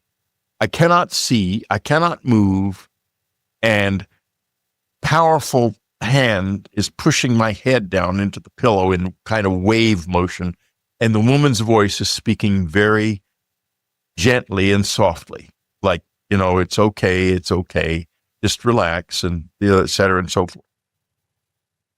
A moment after this happens, the pressure is off. I start to turn, get out of the bed. As I do that, there's a big flash of light crashing in the woods, and I end up sitting on the bedside. There's nobody in the room anymore. The LEDs on the alarm system are still armed, red. So I grab the pistol. I go around the whole house, even up in the attic and the basement, everywhere, looking for a point of entry, and there isn't one. I end up sitting on the bedside. What the shit? And I knew all about lucid dreams, and I could hardly believe that was a lucid dream. It was too lucid. So finally, I sort of lie in bed all night, kind of like this, waiting for the dawn. And I tell Ann the story, and I said, I just don't know what to make of it because there's no evidence whatsoever of this. Then I go out to get the paper, which entails going out, opening the door into the garage, turning off the alarm system, which is still on, and getting in the car, opening the garage door, and driving down about a mile away to get the paper. I love the paper. I still read actual physical papers, in fact, the Times and the New York Times. And when I open the door into the garage door is wide open, but it's alarmed. It's part of the system. And the switch is obviously completely tripped. And the LEDs are right there, bright red. And so I disarm it, and I keep going. I get into the car, and I'm starting to go down anyway to get them sort of on semi-automatic pilot. I'm just getting out of bed, and I haven't slept. The car is full of static. It's like, shocking my hands when I try to touch the steering wheel. I think, holy God, the cars are going to blow up. I jump out of the car and I go in. I said, Ann, there's something's going on. It was real. Someone came into the house and they didn't trip the alarm system. And she says, well, I explain about the garage. She said, well, call the guy. I forgot his name, the alarm guy. So I call him. He comes over and he says there was a very strong magnetic field there and it's not my equipment. All I can do is, the field was still there. He measured. I saw him measuring with a Gauss meter. Gauss meter would go, the needle would disappear. He said, all I can do is replace my switches, which he did. And we tried to get some information off of the alarm system's records, but they were all garbled. So a couple days later, it starts to hurt. And I realize I have this implant. Ann's fascinated. She says, listen, let's see what it's there for. I said, I want to get it taken out. I'm going out to LA to Roger. She says, forget it. You're not getting it taken out. I want to find out what it is, what it does. I said, well, it's tracking me. She says, nobody cares that you go down to get the newspaper. Nobody cares about anything you do. You're uninteresting. I said, well, yeah, true. I'm not a criminal or anything. So I leave it in and it turns on every once in a while. I was with Why do you think it turns on? Is it trying to communicate? At the time I didn't know. There was no connection. What do you think now? Now it turns on when at the 3 a.m. meeting and I go into this semi-meditative state and I can feel it turns on. I interrogate it. I say, I'm writing on this. I'm working on that. It doesn't answer me in words, but it answers me in all kinds of different ways, including synchronicities, where I will ask it for something. When it first started. Sounds kind of awesome. It's fabulous. I have to tell you. You're just like an upgraded human. Exactly. My wife was a very wise woman, and I thank God she did not let me get that taken out. It's the best thing I have in my life right now. But anyway, do you have any speculation on who the two people were? Let me finish. And I don't know who they were, but I do know some other people that are involved with this implant. This is a very surprising and fascinating story. I have obviously got people in my life who are on the inside, and I'm going to respect their privacy. I don't agree with their secrecy, but I respect their privacy. And you think they take a special interest in you? They do, definitely. Absolutely. They have but a lot of them have known for a long time. I'm getting all the way back to Dr. Webb. Yeah. They knew what was going on. They know. Some of them still do. Anyway. I think Sarbacher had interest in what you went through. Was it, or was Sarbacher? I mean, it goes so was deep. that organic, or was that, did he have an interest specifically in you? Oh, specifically, that's why he asked. Sarbacher wanted me to write it all out. Oh, wow. Yeah. Something. Fascinating. So, yeah. So anyway, this gentleman, it's a wonderful gentleman. You both know his name, and I'm not going to say it because he also has a horrible temper. And now you know exactly, you're thinking, you know who it is. And if you say his name, I'm going to deny it. Plausible deniability. Okay, anyway. I can look at your facial gestures. Anyway, he wants me to get a CT scan of the implant. And I'm eager to do this, of course. I said, well, how am I going to do it? I say, because I can't go to my doctor and say I want a CT scan of my ear for no apparent reason. And he says, well, I'll call him. So I call the doctor. He says, and then he calls me back, says, make an appointment with him. I make an appointment with him. And he's all excited. He says, it's all set up. You just have to go over and they'll do a CT scan of your ear. And I go over to the Tower Medical lab or wherever it was. And they're very confused.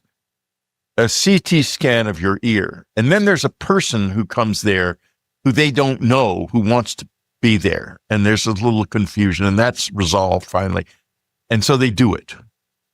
And I get it back, and it's a wonderful, I've got images of it. It's a wonderfully clear, perfect scan. You see the thing clearly. However, 2 days before this, after I have agreed to do it, someone somewhere got the idea, apparently, that I might get it, agreed to have it taken out, because I'm sure that's where, from the CT scan, the next step was going to be, well, we've got a CT scan. We want to look at it. Now, there is a certain knock on my door, which I am not going to duplicate. It's immediately recognizable, and it's unusual. I know this knock, and it's come to me a few times, both here in California and in other places. I know that when that happens, I'm going to open the door and I'm going to have a conversation with human beings, with some people. It happens. I open the door.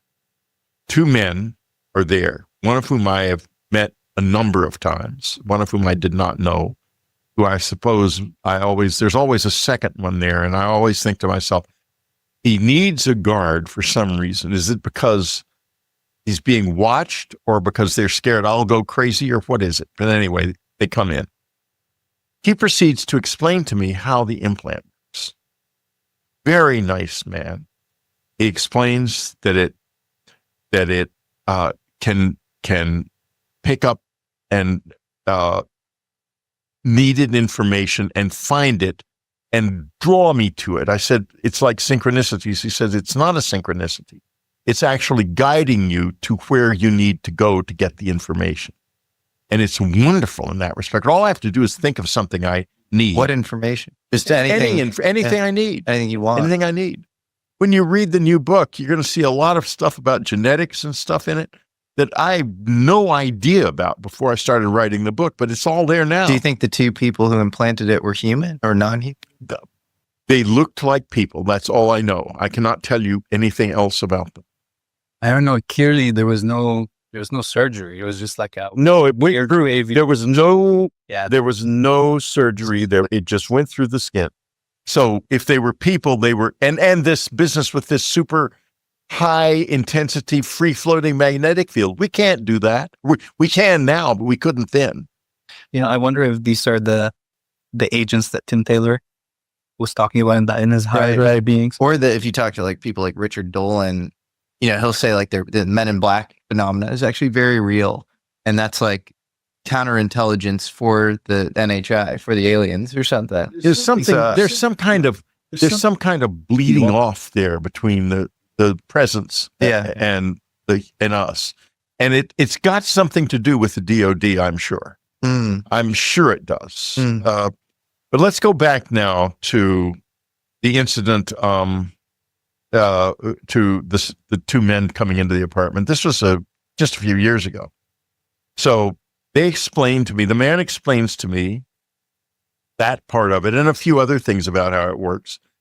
And then he says it was invented by a man named Konstantin Rodive, and they leave. And of course, I immediately Google the name. And I realize as I'm Googling the name, it's not Rodive. He mispronounced it. It's Rodive. Konstantin Rodive was an expert in electronic voice phenomena and electronic voice communication with the dead. No way. With the dead. With the dead. So like it's a technological version of mediumship or something. Exactly. It's technological mediumship. And he said that he designed it. Am I wearing something that was designed by someone who was dead and on the other side when he designed it? Or did he design it before he died? I don't know. When did he live? He's passed he died away? in the 70s, I think. But there's lots on the internet about him. It's Raudive. Have you tried to match up his patents or pictures from his work and does it look similar? No, I didn't. I couldn't find anything. You couldn't find anything? No. But I did find this out. But that's fascinating that you describe your this heating up at night at this specific hour that's known historically to be when you commune. Yeah. And it's communion for you. You're seeing that there's a there's a structure here. It's not random. Also, the other thing the implant does is it opens up a slit in this eye. Really, it's more in this eye now, but it opens up a slit and you can see words racing through the slit. Too fast for you to read, except occasionally, and they all seem to be kind of nonsense words. I mean, they're words, they're English words for the most part, but they're not relevant to anything. And I asked him about that, and he said, he said, that's drawing up material from your unconscious that's relevant to what you were doing, what you're working on. And this is why when I'm writing, I can remember incredible detail about all kinds of stuff. And you've written 40 books? Yeah, but this is recent. This is after 2015. Yeah. I've only written about 6 books since then. So the thing came on starting 2015. In Oh, 20, no, no, it it came on in 1989, and it started working in 2015. Oh, it started activating in 2015. But let's keep going here. Wait, how does this guy know this about how it works, though? How does the guy who knocks on your door come in? Because he is obviously part of the same world we're sort of talking about. That I think Richard Dolan, who is a lovely, brilliant guy, has got something. I think there is a breakaway civilization, and we're talking about it right now. Interesting. So breakaway human civilization that is systematically They in sure touch. look human to me. It's fascinating. Now, then what happens is I start telling my friends this story, and I'm talking about it. I tell one friend, and he's asked me not to use his name. I've specifically asked him if I could. Who says, well, yeah, oddly enough, I've had a slit like that in my eye for years. I've often wondered, and the words go through it and you can't quite read them. I said, I know what that is now. And I explain it to him. I said, and he says, well, that's extraordinary because, he's written some books also. But here's the weirdest thing. He's one of the world's leading experts on Constantine Rodovay. No way. Yeah. What? Yes. What are the chances? That gave me No, chills. there's not chances. It's an experiment. It was been in him for longer than mine has been in me. Yeah. Where's Rodovay? Where is he from? He was from Romania or Okay. Lithuania or somewhere like that. I don't recall offhand, but there's a lot of, and this. Did this guy live in your vicinity at all? Or is there, any through line between you and him as to like why he received this as well, outside of, I guess, being connected to Rodovay? There might be some kind of a through line. I can't see it. He lives up in Marin County. Why do you think yours activated in 2015? Why the delay? I'll tell you why. I can tell you precisely.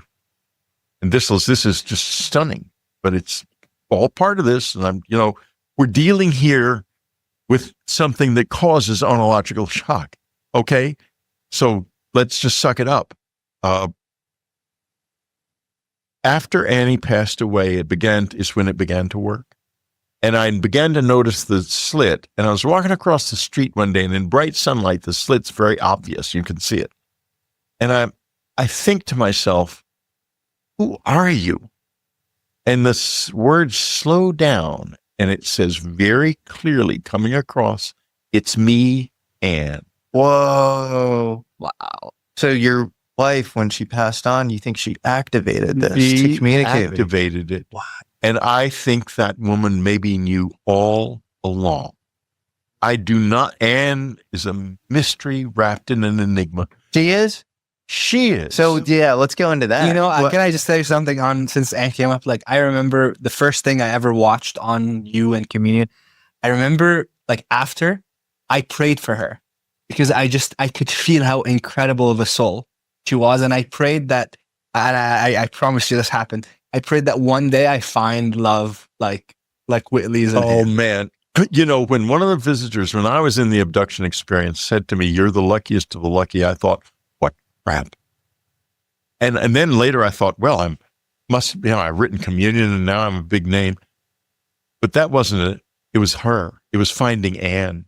And I'll tell you how I found Anne. How'd you find her? Well, I was living in London, and I like England. I spent a lot of time there.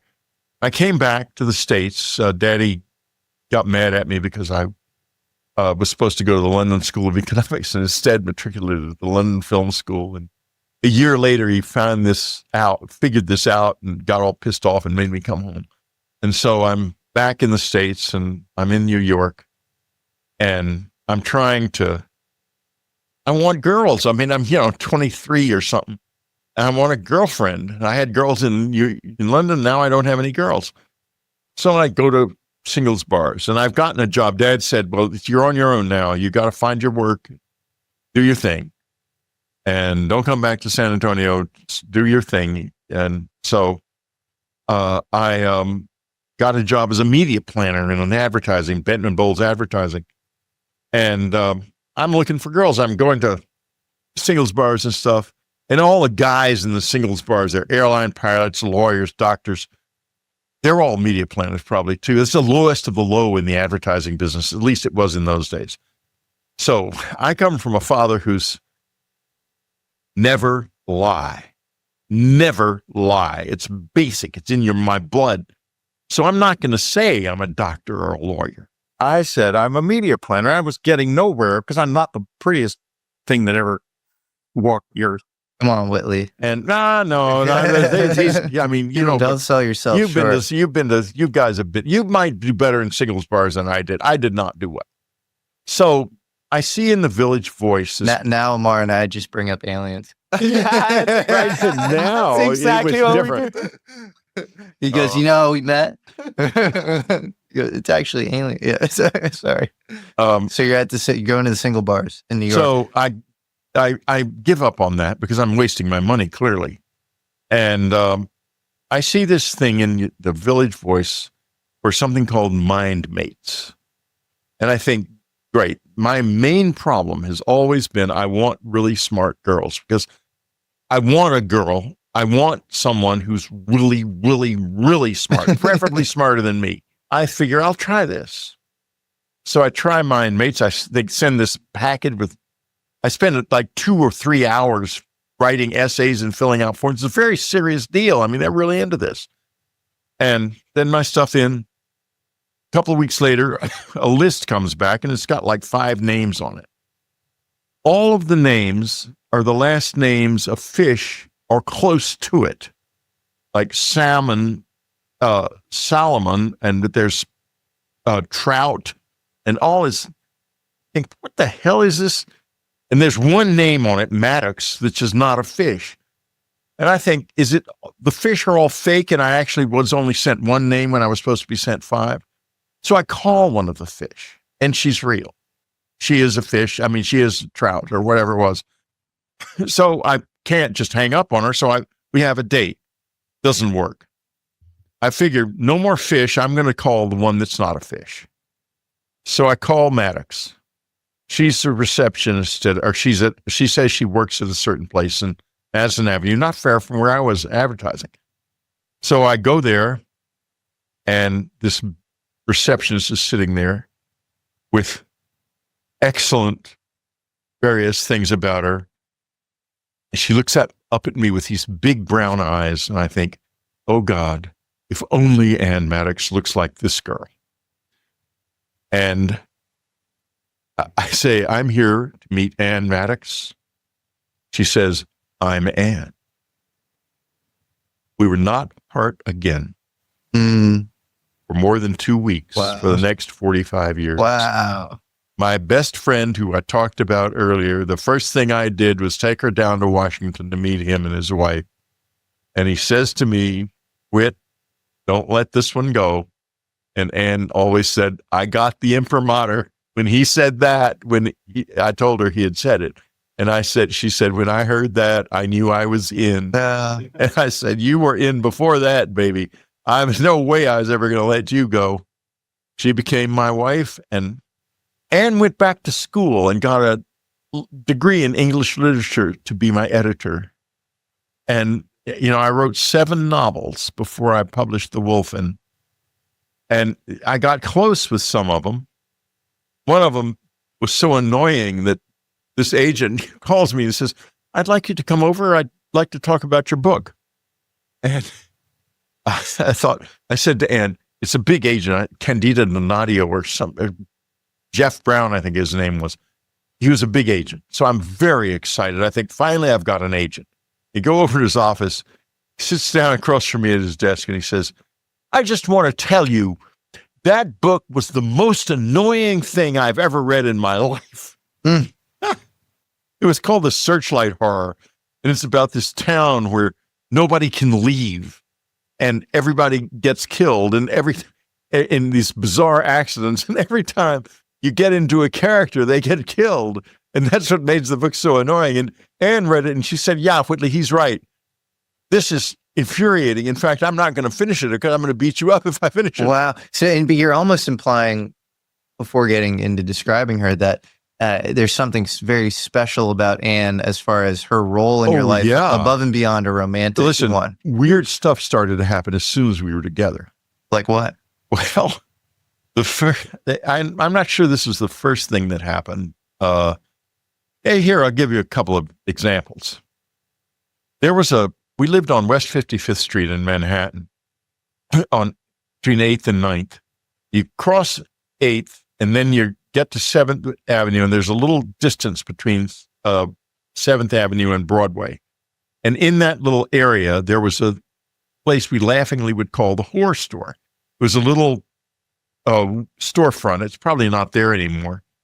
And you would see every once in a while attractive-looking young woman sitting in the storefront in a skimpy dress with her legs crossed and a green curtain behind her. And we would pass it back and forth because we haunted the bookstores that were then lined to Madison Avenue. And we would laugh and say, the Whore Store is open tonight. One night, we're going home, and the chair is on its side, the curtain's flying back and forth in there, and there's a guy in a brown suit trying to get out, and he's being pulled back by these blue dwarfs. And we watch this for a second. What the hell? And I say to Anne, we've got to call the police. And, there's no cell phones, so we're not far from home. So we run home. We're going to call the police. And she says, what do we tell them? And I think to myself, we're going to tell them that there's this place where these blue dwarfs are trying to kidnap some guy and drag him behind a curtain. That is not going to work. I mean, this is New York City. I thought to myself, the police will come here. They're not going there. So we don't call the police. We also didn't go by the Whore Store at night again. That's one of the many things that happened. Some of them were hilarious. It's almost like your local shared reality with Anne was sort of divergent from the consensus reality that we all live in. Precisely. That's fascinating. Because, later these blue figures, which I didn't remember at the time, they played a role in my childhood. They've played a role in the whole experience in my life. I'll tell you something else about. Lori Barnes was our secretary. Anne was reading, we getting heaps and heaps of letters. And I was saying, we can't throw them out because they're very private, many of them. They got people's names and addresses. What are we going to do? Yeah, and just for context, after Community came out, tens of thousands, if not hundreds of thousands of people were sending letters to Whitley's home because he left his address being like expecting, maybe 10, 20 people to send, ends up shutting down the whole, the post office in his town. The abduction researcher, the pioneering abduction researcher, Bud Hopkins, who I pissed off, unfortunately. But that's the story of my life. A good man was the one who said I should do that. And it was very important, very important. So I want to just honor Bud for that. Anyway, we got these heaps of letters coming in, and I said, I can't, what are we going to do? I mean, they're literally pouring them onto the living room floor in heaps. And I said, I can't read these. She said, well, I can read them. And she gets her letter and she was a speed reader. She could sit down and she could literally read a big complex novel in 2 hours easily. She was really smart. She was smarter than me. And that's exactly what I was looking for. I wanted to marry a genius, and I did. So anyway, she's reading these letters. She hires a secretary, and they'll come back into it in a second. We're going to get back to the blue guys at Lori Burns, and they're working on the letters, and they're all 4 or 5,000 of them are now at Rice University in an archive called the Archives of the Impossible, founded by Jeff Kripal. And so they're beautifully curated now. So it's wonderful that they're there. So she comes out of her office one day. She says, Whitley, this has something to do with what we call death. And the letters again and again will mention the dead in connection with the visitors. And when she would choose people to come up to the cabin. Don't worry, I haven't forgotten the blue guys yet. And she would say, this person, we're going to have them up to the cabin. And when she would get these groups up at the cabin, the visitors would show up. Wow. She knew who to get. Sounds like Anne was Anne tapped in. did this. Anne named the book Communion. Wow. And Anne said things like, I asked Anne, what is enlightened? She says, enlightenment is what happens when there's nothing left of you but love. Kind of the opposite of today's day. Well, nowadays we think of it very intellectually. Yes. It's informational. That's so wild. The like one of my favorite quotes that drive this quest is the highest form of knowledge is empathy. It segues back to the telepaths. Uh-huh. You're not going to the hill unless you are Yeah. kind and you do not lie. Those are essential criteria. So she hires the secretary, Laurie Barnes, and they're working on the letters. Here is Laurie's story. And now we're getting back to the blue guys in this long, complicated segue. Laurie's story this is back in the 50s, 54, I think it was. She's lying in bed at night alone. Her husband's they were show people, and he was on a gig. And she notices movement out of the corner of her eye. She's reading. It's about 11 o'clock, 12 o'clock at night. She's waiting for her husband to come home. She's pregnant. And she looks up, and there, standing beside the bed, is this horrible-looking blue dwarf. And behind it are the line of others just like it. And, of course, she recoils. And it says to her, do not be afraid. We're not here for you. We're interested in the girl child you're carrying. And of course, she's not made any more calm by that. And of course, it's the 50s. So we don't know what it's a boy or a girl. It turned out to be a girl. I know her. We've talked. She's a very nice person. She has a lovely career. There's nothing about her that would say she's in any way an unusual human being, except she's a very good, sweet person and does a lot of good in the world.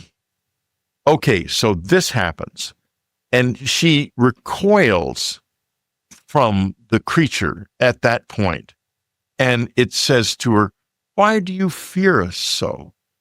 And she says, you're so ugly. And it says something now that gets to way deep into the heart of this whole thing. It says, one day, my dear, you will look just like us. Oof. Laurie has passed on. I have wondered if the little blue guy is going to show up in my life. But so far, I haven't heard any sense of her presence at all. I do get the presence of a lot of dead people, but I haven't heard from Laurie. What were John Mack, Stanton Friedman, these sort of legendary figures in the UFO world? What were they like? Because you knew both personally. Yeah. Well, Stanton died basically running through an airport. I mean, Stanton was the most driven human being I've ever known. He would go anywhere. He would do anything. He would not stop.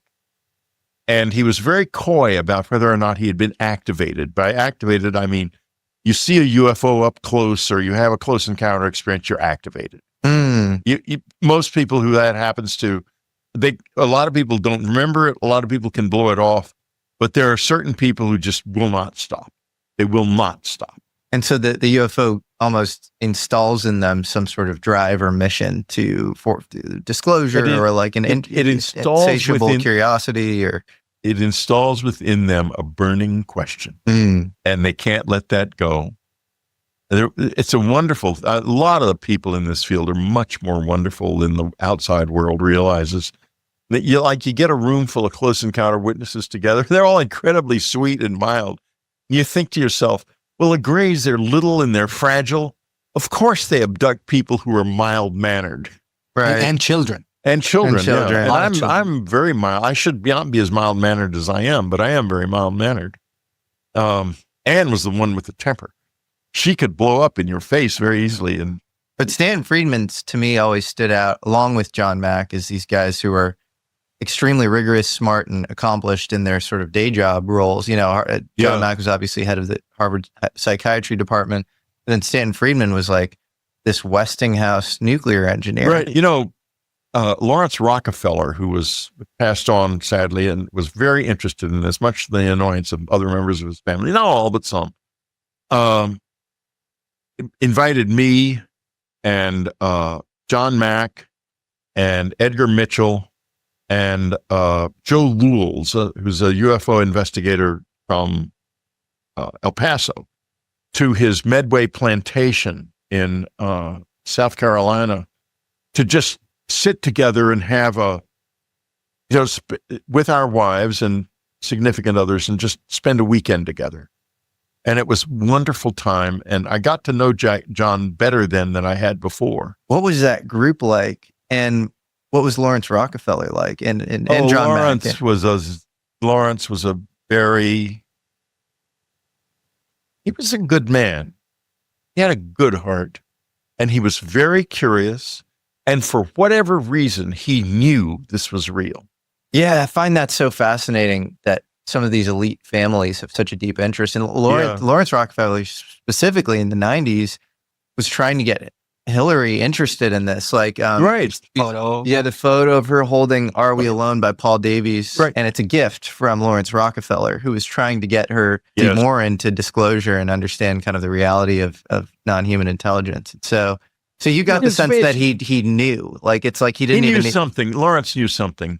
And Bootsy Galbraith was also a friend of Lawrence's. And, I tried to worm out of Bootsy what Lawrence knew and what they knew, but she was quite coy about it. She'd been turned on in an interesting way. She was in Mexico with Stephen Greer, and he called in a UFO, and they all saw it. So didn't the Rockefellers both fund John Mack and Stephen Greer as well in the 90s, I believe? They did. And they funded the Princeton Parapsychology Lab, which was studying mind over matter. So, okay, so what was John Mack like? Was he? He was, well, first of all, we were both cut-ups when we were kids and played a lot of practical jokes and made bombs and did all kinds of crazy things you can't do anymore. And so we had a lot to talk about. We had loads of fun talking about our childhoods. And he was a very, very smart man. He was too smart to be deceived by assumptions. Mm. That defines his mind better in fewer words than any I can think of. He was too smart to be deceived by assumptions. I will never forget the day I got a call, and he was practically in tears. He just had the ambush, and he said they're going to try Harvard. at Harvard. Yeah, he was invited to a meeting. It was actually an ambush, and they're going to try to take away my license to practice psychiatry, and they're going to try to take away my tenure. And I said, John, what are you going to do? There was a silence on. I never would forget that time. That was hard. It was brutal what they did to him. They went after him. Roger Lear had the same thing happen. They went after him. They tried to get rid of him, take away his license, practice podiatry. It's these show trials. And Dr. Diane Powell of the telepathy tapes I was just going to mention knew Dr. John Powell. Mack when they were at Harvard together. They had offices down the hall from one another. Her medical license got revoked for studying these telepathic children. Well, there's two sides here. The side of Galileo and the side of the Inquisition. And let's face it, it's very obvious that Dr. Powell, Dr. Mack, the others, Dr. Lear, are on the side of Galileo, and these other creeps are on the side of the Inquisition, and they function like inquisitors. Yeah, I always wonder. It's 100%. Amar and I were at the DC hearings, a few weeks ago, and this just straight up spook came up to us and in the hotel that we were staying at, yells at us from across the hall. Our friend Chris Ramsey, who's an amazing magician from Canada, who's gotten super interested in the UFO thing. He's actually a world famous magician, kind of knows when people have tricks up their sleeves, because a lot of, the name he's made as a magician is actually debunking other magicians' tricks or elucidating them and showing how they work. And so this guy is provoking us, trying to basically get us to say that we're cynical about disclosure and like don't believe in UFOs and aliens by asking these leading questions, saying, it's all bullshit, right? You guys are just doing for content, right? Like, you want clicks, you want likes, whatever. And then Chris, after he leaves, is like, that guy had his hand in his right pocket the whole time and was definitely trying to record you. And anyways, going back to this kind of establishment, scapegoater role versus the truth seeker, innocent truth seeker, I think about people on that side, like that guy, like, what's your psychology? Like, do you have any historical context for what you're doing? Like, if you're just persecuting people earnestly looking into, truth, like, how do you live with yourself? And do you have zero, like, metaphysical understanding? Like, you don't think any of your earthly actions have any implications for what you do in the future? It's all just you're expediently aligning yourself with establishment force. You just want a promotion. Like, what do you think's going to happen to you? You don't want to do that, because we have souls and we're anesthetized to our souls for a reason, so that we can live free. But you definitely don't want to live in lies, and you don't want to hurt other people. You have to, and another thing Anne said, it's so powerful. I asked her what compassion was, because I'm really interested in compassion. I want to be a compassionate man. I want to be a good man. And she says to me, she didn't answer the question directly. She says, each of us is all we have. And that really went through me, because, when I'm on the street and someone's pissing me off, or I'm a driver in LA, and there's the odd 3-minute period when I'm not pissed off. And I always think of these words, and I'm face to face with someone I really don't like and don't want to be with. This person is all they have. It changes everything. It's incredibly powerful. It makes you into a better person just by knowing those few words and keeping them in your. It's amazing. That's power. That's word power of the first order. Yeah. And we are all on a journey. And I think it's evil is typically depicted as being consciously tyrannical evil, sort of like mastermind evil. Often it's just being unconscious. It's just, acting on sort of these primitive instincts that is often the default and emerges if you don't kind of consciously override it or seek virtue. And I think we all just need to look at ourselves. And she would always engage with homeless people and stuff. And Anne would, and I would say, how can you know whether or not, I always would, she said, just don't judge them. You'll feel which ones can use your help and which ones can't. Mm. Just don't judge them. Don't go there, Whitley. Don't go to that part of your head. You don't know why they're there out in the street, and you never will. It's not your business. Speaking of which, given that you wrote a book on Jesus has been sort of rewritten by the likes of Thomas Jefferson, Stephen Mitchell, all sorts of writers, yourself now. What do you think most people misunderstand about him? They misunderstand, well, a lot of things, but the most misunderstood thing is, in modern times, is the resurrection. Jefferson Bible takes it out. It should not be taken out.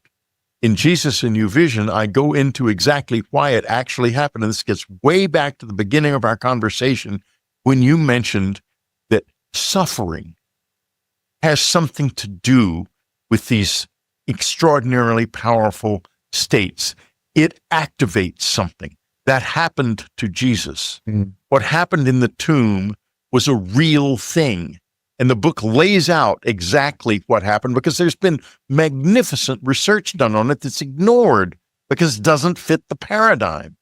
But in fact, he did come out of the tomb. Well, the tomb was empty when Mary Right, came exactly. back. And looked, As a light being. And the shroud, remember he said, if you do not follow me, I will return as a thief in the night. And in Jesus and New Vision, I point out the time of that return. It was 1898 when the first photograph was taken of the shroud. That was the moment he returned, and we saw him on the shroud.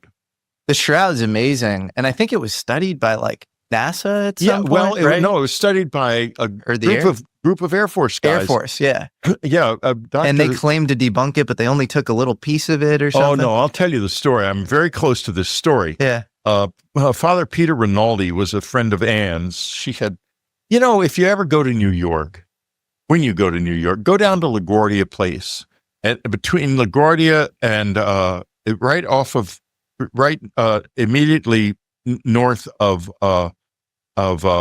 Houston Street and rather at Bleecker Street is 520 LaGuardia on one side, and there's this beautiful park on the other side called LaGuardia Park. If you go, you'll see a statue of LaGuardia in there, and you look down at the bottom of the statue, and there's a plaque, and all these famous social people are on the plaque, and so are the names Anne and Whitley Strieber. And one day, we lived in the building, 520 LaGuardia Place. She was looking down there, and she said, I'm going to turn that into a park. And it was just a place, it was a druggie hangout and stuff. And I said, how can you do that? I visualized her going down there with a shovel. She said, well, I'm going to do it. And she got all of her friends going and got them networking. And soon they had millions of dollars to build this park and to create the statue and permission from the city. And there's the plaque. There's the statue. It's a wonderful statue of LaGuardia. The park is so verdant and full of birds. And that's Anne. I will go there. Don't next time, miss it. 100%. It's a pilgrimage Wow. place in my own Next life. time I'll definitely. Me Yeah. too. Yeah. I love to meditate in that park now. So what happens to Jesus is this, at least as I understand it. He goes to Egypt. He understands the resurrection technique there. And he sets out to do this. I retranslated the sayings Gospel of Thomas. You think, he translates Greek.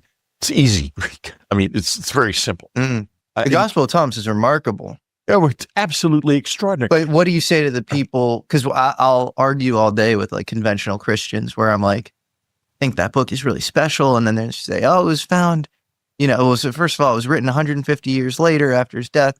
And it was found, 1948 in this sort of, pile of the Nag Hammadi or whatever. The sayings Gospel of Thomas, according to the Q scholars, is the oldest gospel, and they're probably right. Okay, so it's the oldest gospel. Yeah, right. It was the beginning and- of the story. Let's go to the thread of you saying that Jesus went to Egypt. He learned this technique in Egypt, and The technique is sort of the mystery it ritual, involves resurrection. total ego death. And we're going to get back to the part about the discovery of the shroud and the work that was done on it in a minute. Yeah. I don't want to forget that, Yeah. and then we can quit. Yeah. He then, in effect, becomes a magician at a time where in the Roman Empire, the Cornelian laws are in effect, and they will kill you in all kinds of very, very depressing ways if they catch you being a magician. So he's very careful. That's why he tells people, don't tell anyone that I'm doing this. He understands something about the mind. And my new book is all about this. It's about recovering this power. Yeah. Because we can all do this. I believe that. And this is where I differ from the conventional Christians. Jesus is in all of us. That power is in all of us. He wasn't here to put himself on a pedestal. He was here to say, I am the Son of Man. I am a human being. Well, in the Gospel of Thomas, doesn't he take Thomas, who's typically depicted as, this Judas as this like betrayer? Right. He takes Thomas aside and he whispers secret words to him. Yes. And so what are those secret words? Well, he doesn't tell, but the other disciples ask him, what did he say? And Thomas says, if I told you, you would stone him to death. In the Sayings Gospel, he says, don't believe me. I'm not a teacher. He says, go out among the Gentiles and eat the food you're given. Violate the law. A total revolutionary. What he's saying is, leave your ego behind and be you, your real self. And it doesn't matter. Everything depends on this. Do anything to find yourself. It goes all the way back to the Delphic oracle, know thyself. And this is also the core word of Jesus, know thyself. And the kingdom of heaven is within you. And all around you. And all around you, but find it. Be as little children. What's the other Gospel of Thomas quote? It's, if you look up, the birds will precede you. If you look to the sea, the fish will precede you. The kingdom of heaven is within you. Right. And the great poetry of being is there. Yes. It's the poetry of being. It's fascinating. And I just interviewed Colonel Carl Nell, who he kind of traces back the origins of these sort of esoteric versions of religion that he thinks all kind of bound together in this kind of hermetic lineage. And he talks about the festival of Sed and the Egyptian magical papyri, where you have these sort of, secret brotherhoods in Egypt. That's very interesting. I did not know that. I want to talk to Carl about that. I don't know him well. I sent him an ARC of my new book, and that's an advanced reading copy of my new book. I haven't heard back yet from anyone. I sent all my friends that ARC. I even sent it to Robert Bigelow, who I know, but not well. And I sent it to Jacques Vallée and Leslie Kane, who is a close friend, and of course, Jeff Kripal and Hal Pudoff, who's been a friend since forever. I mean, we've been friends since we've been friends for over 30 years. Since how old were you? Well, since the communion experience. Oh, since communion. Okay, so let's go to the Shroud of Turin, because I have a friend named Randall Carlson, works a lot with Graham Hancock, incredibly smart, just super rigorous. I would not do justice to his work on this topic, but he has all sorts of first principles arguments as to why the Shroud of Turin is absolutely real. It is. He's probably right. Okay, here's what happened. Father Peter Rinaldi, who Anne knew, calls her up one day and says, I want you to come to a meeting. We're having a meeting about the Shroud of Turin. Would you be interested? And she, of course, says, yes, we'll come. And I said, what is the Shroud of Turin? She said, well, let's go to the meeting. We'll find out. We go to the meeting, and it's with Jackson and Jumper, the two guys they're fundraising for the initial studies. And I never meet them. I mean, I talk, in a fundraiser context, but I never become friends or anything with them. So we contributed as much money as we could afford to it, a few $1,000s, and we follow it. And they do their stuff, and it's all in the papers. And then I hear that material has been taken from the Shroud, and it's going to be sent to Oxford. And I write Father Rinaldi a letter, do not do this. They have to defend their paradigm. They will lie without knowing it. And they do that very thing. They say the Shroud is from the Middle Ages. They destroy the research, but it doesn't end, because this is humanity. And there are other people in the world who have a better grasp of the truth here. They can feel the energy, and other scientists. And now Jesus in New Vision sums up where they are. And where they are is, you can't deny it anymore if you're a real scientist. The Shroud is the single strangest thing on planet Earth. And it is that way because it records the moment a human being whose body had expired, transformed into a being of light. What makes you think it's real? The weave of the cloth, the pollens found on it, all place it in exactly that place and time. The image itself could not have been produced by almost anything except a sudden burst of neurons. And remember the rending of the curtain in the temple and the earthquake? That was the moment of the resurrection. It's a tremendously powerful event. A burst of neurons? A burst of energy that involves neutrons. It involves an expression of a burst of neutrons, and that's what burned the image into the shroud. And that's the whole thing of like maybe that intense suffering. It cried all the way back to the and that kind of electromagnetic, the neutron burst, and then you're in. There are all these ancient art depictions of like saints and holy figures traveling up in this kind of Kabbalistic like bubble envelope thing, like this kind of celestial ascent vehicle, Merkaba vehicle or whatever, wheel of Ezekiel, you know. The whole theme of this conversation, it goes back to what you just said. We've been talking about the power of suffering in all kinds of different ways over the course of this conversation. And now here we are coming to the end of it, and we're talking about the ultimate moment that the power of human suffering was expressed into the world by Jesus in his resurrection. And this is where we have to go. We have to go back to an understanding of that, which is also an understanding of ourselves, and face the hardest thing of all, which is this place is a miracle.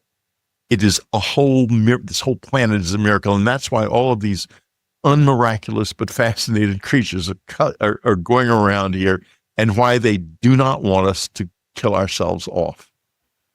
On that note, this makes me want to go pray. That's definitely what I'm going to go do. But like, we should do a prayer session after this. Yeah, for sure. I can't think of a better note to end on. Yeah. Whitley, we really appreciate your time. This was awesome. Oh, thank you. I'm so glad. It was such a pleasure to be here. You guys were really fun to be with. Thank you so much. Right back at you, man. You got a lot to say, and I hope the world understands how profound your messages, your experiences are. Well, in time, I'll probably have become a shade by then, but nevertheless, they will. Well, you look great now, so I feel great too. I biked 10 miles this morning. Oh, man, that's incredible, man. Yeah, I do it 3 times a week, or swim, or go to the gym. I'm a very active guy physically. Good for you, man. Well, okay. Well, thank you, Whitley. Appreciate it, man. Pleasure. Huge news, everyone. We've been sitting on a ton of unreleased footage that we will now be releasing weekly in our new WAP. Our first episode is a completely uncut, heated discussion between Hal Puthoff and Eric Weinstein on remote viewing. Yeah, you heard that right.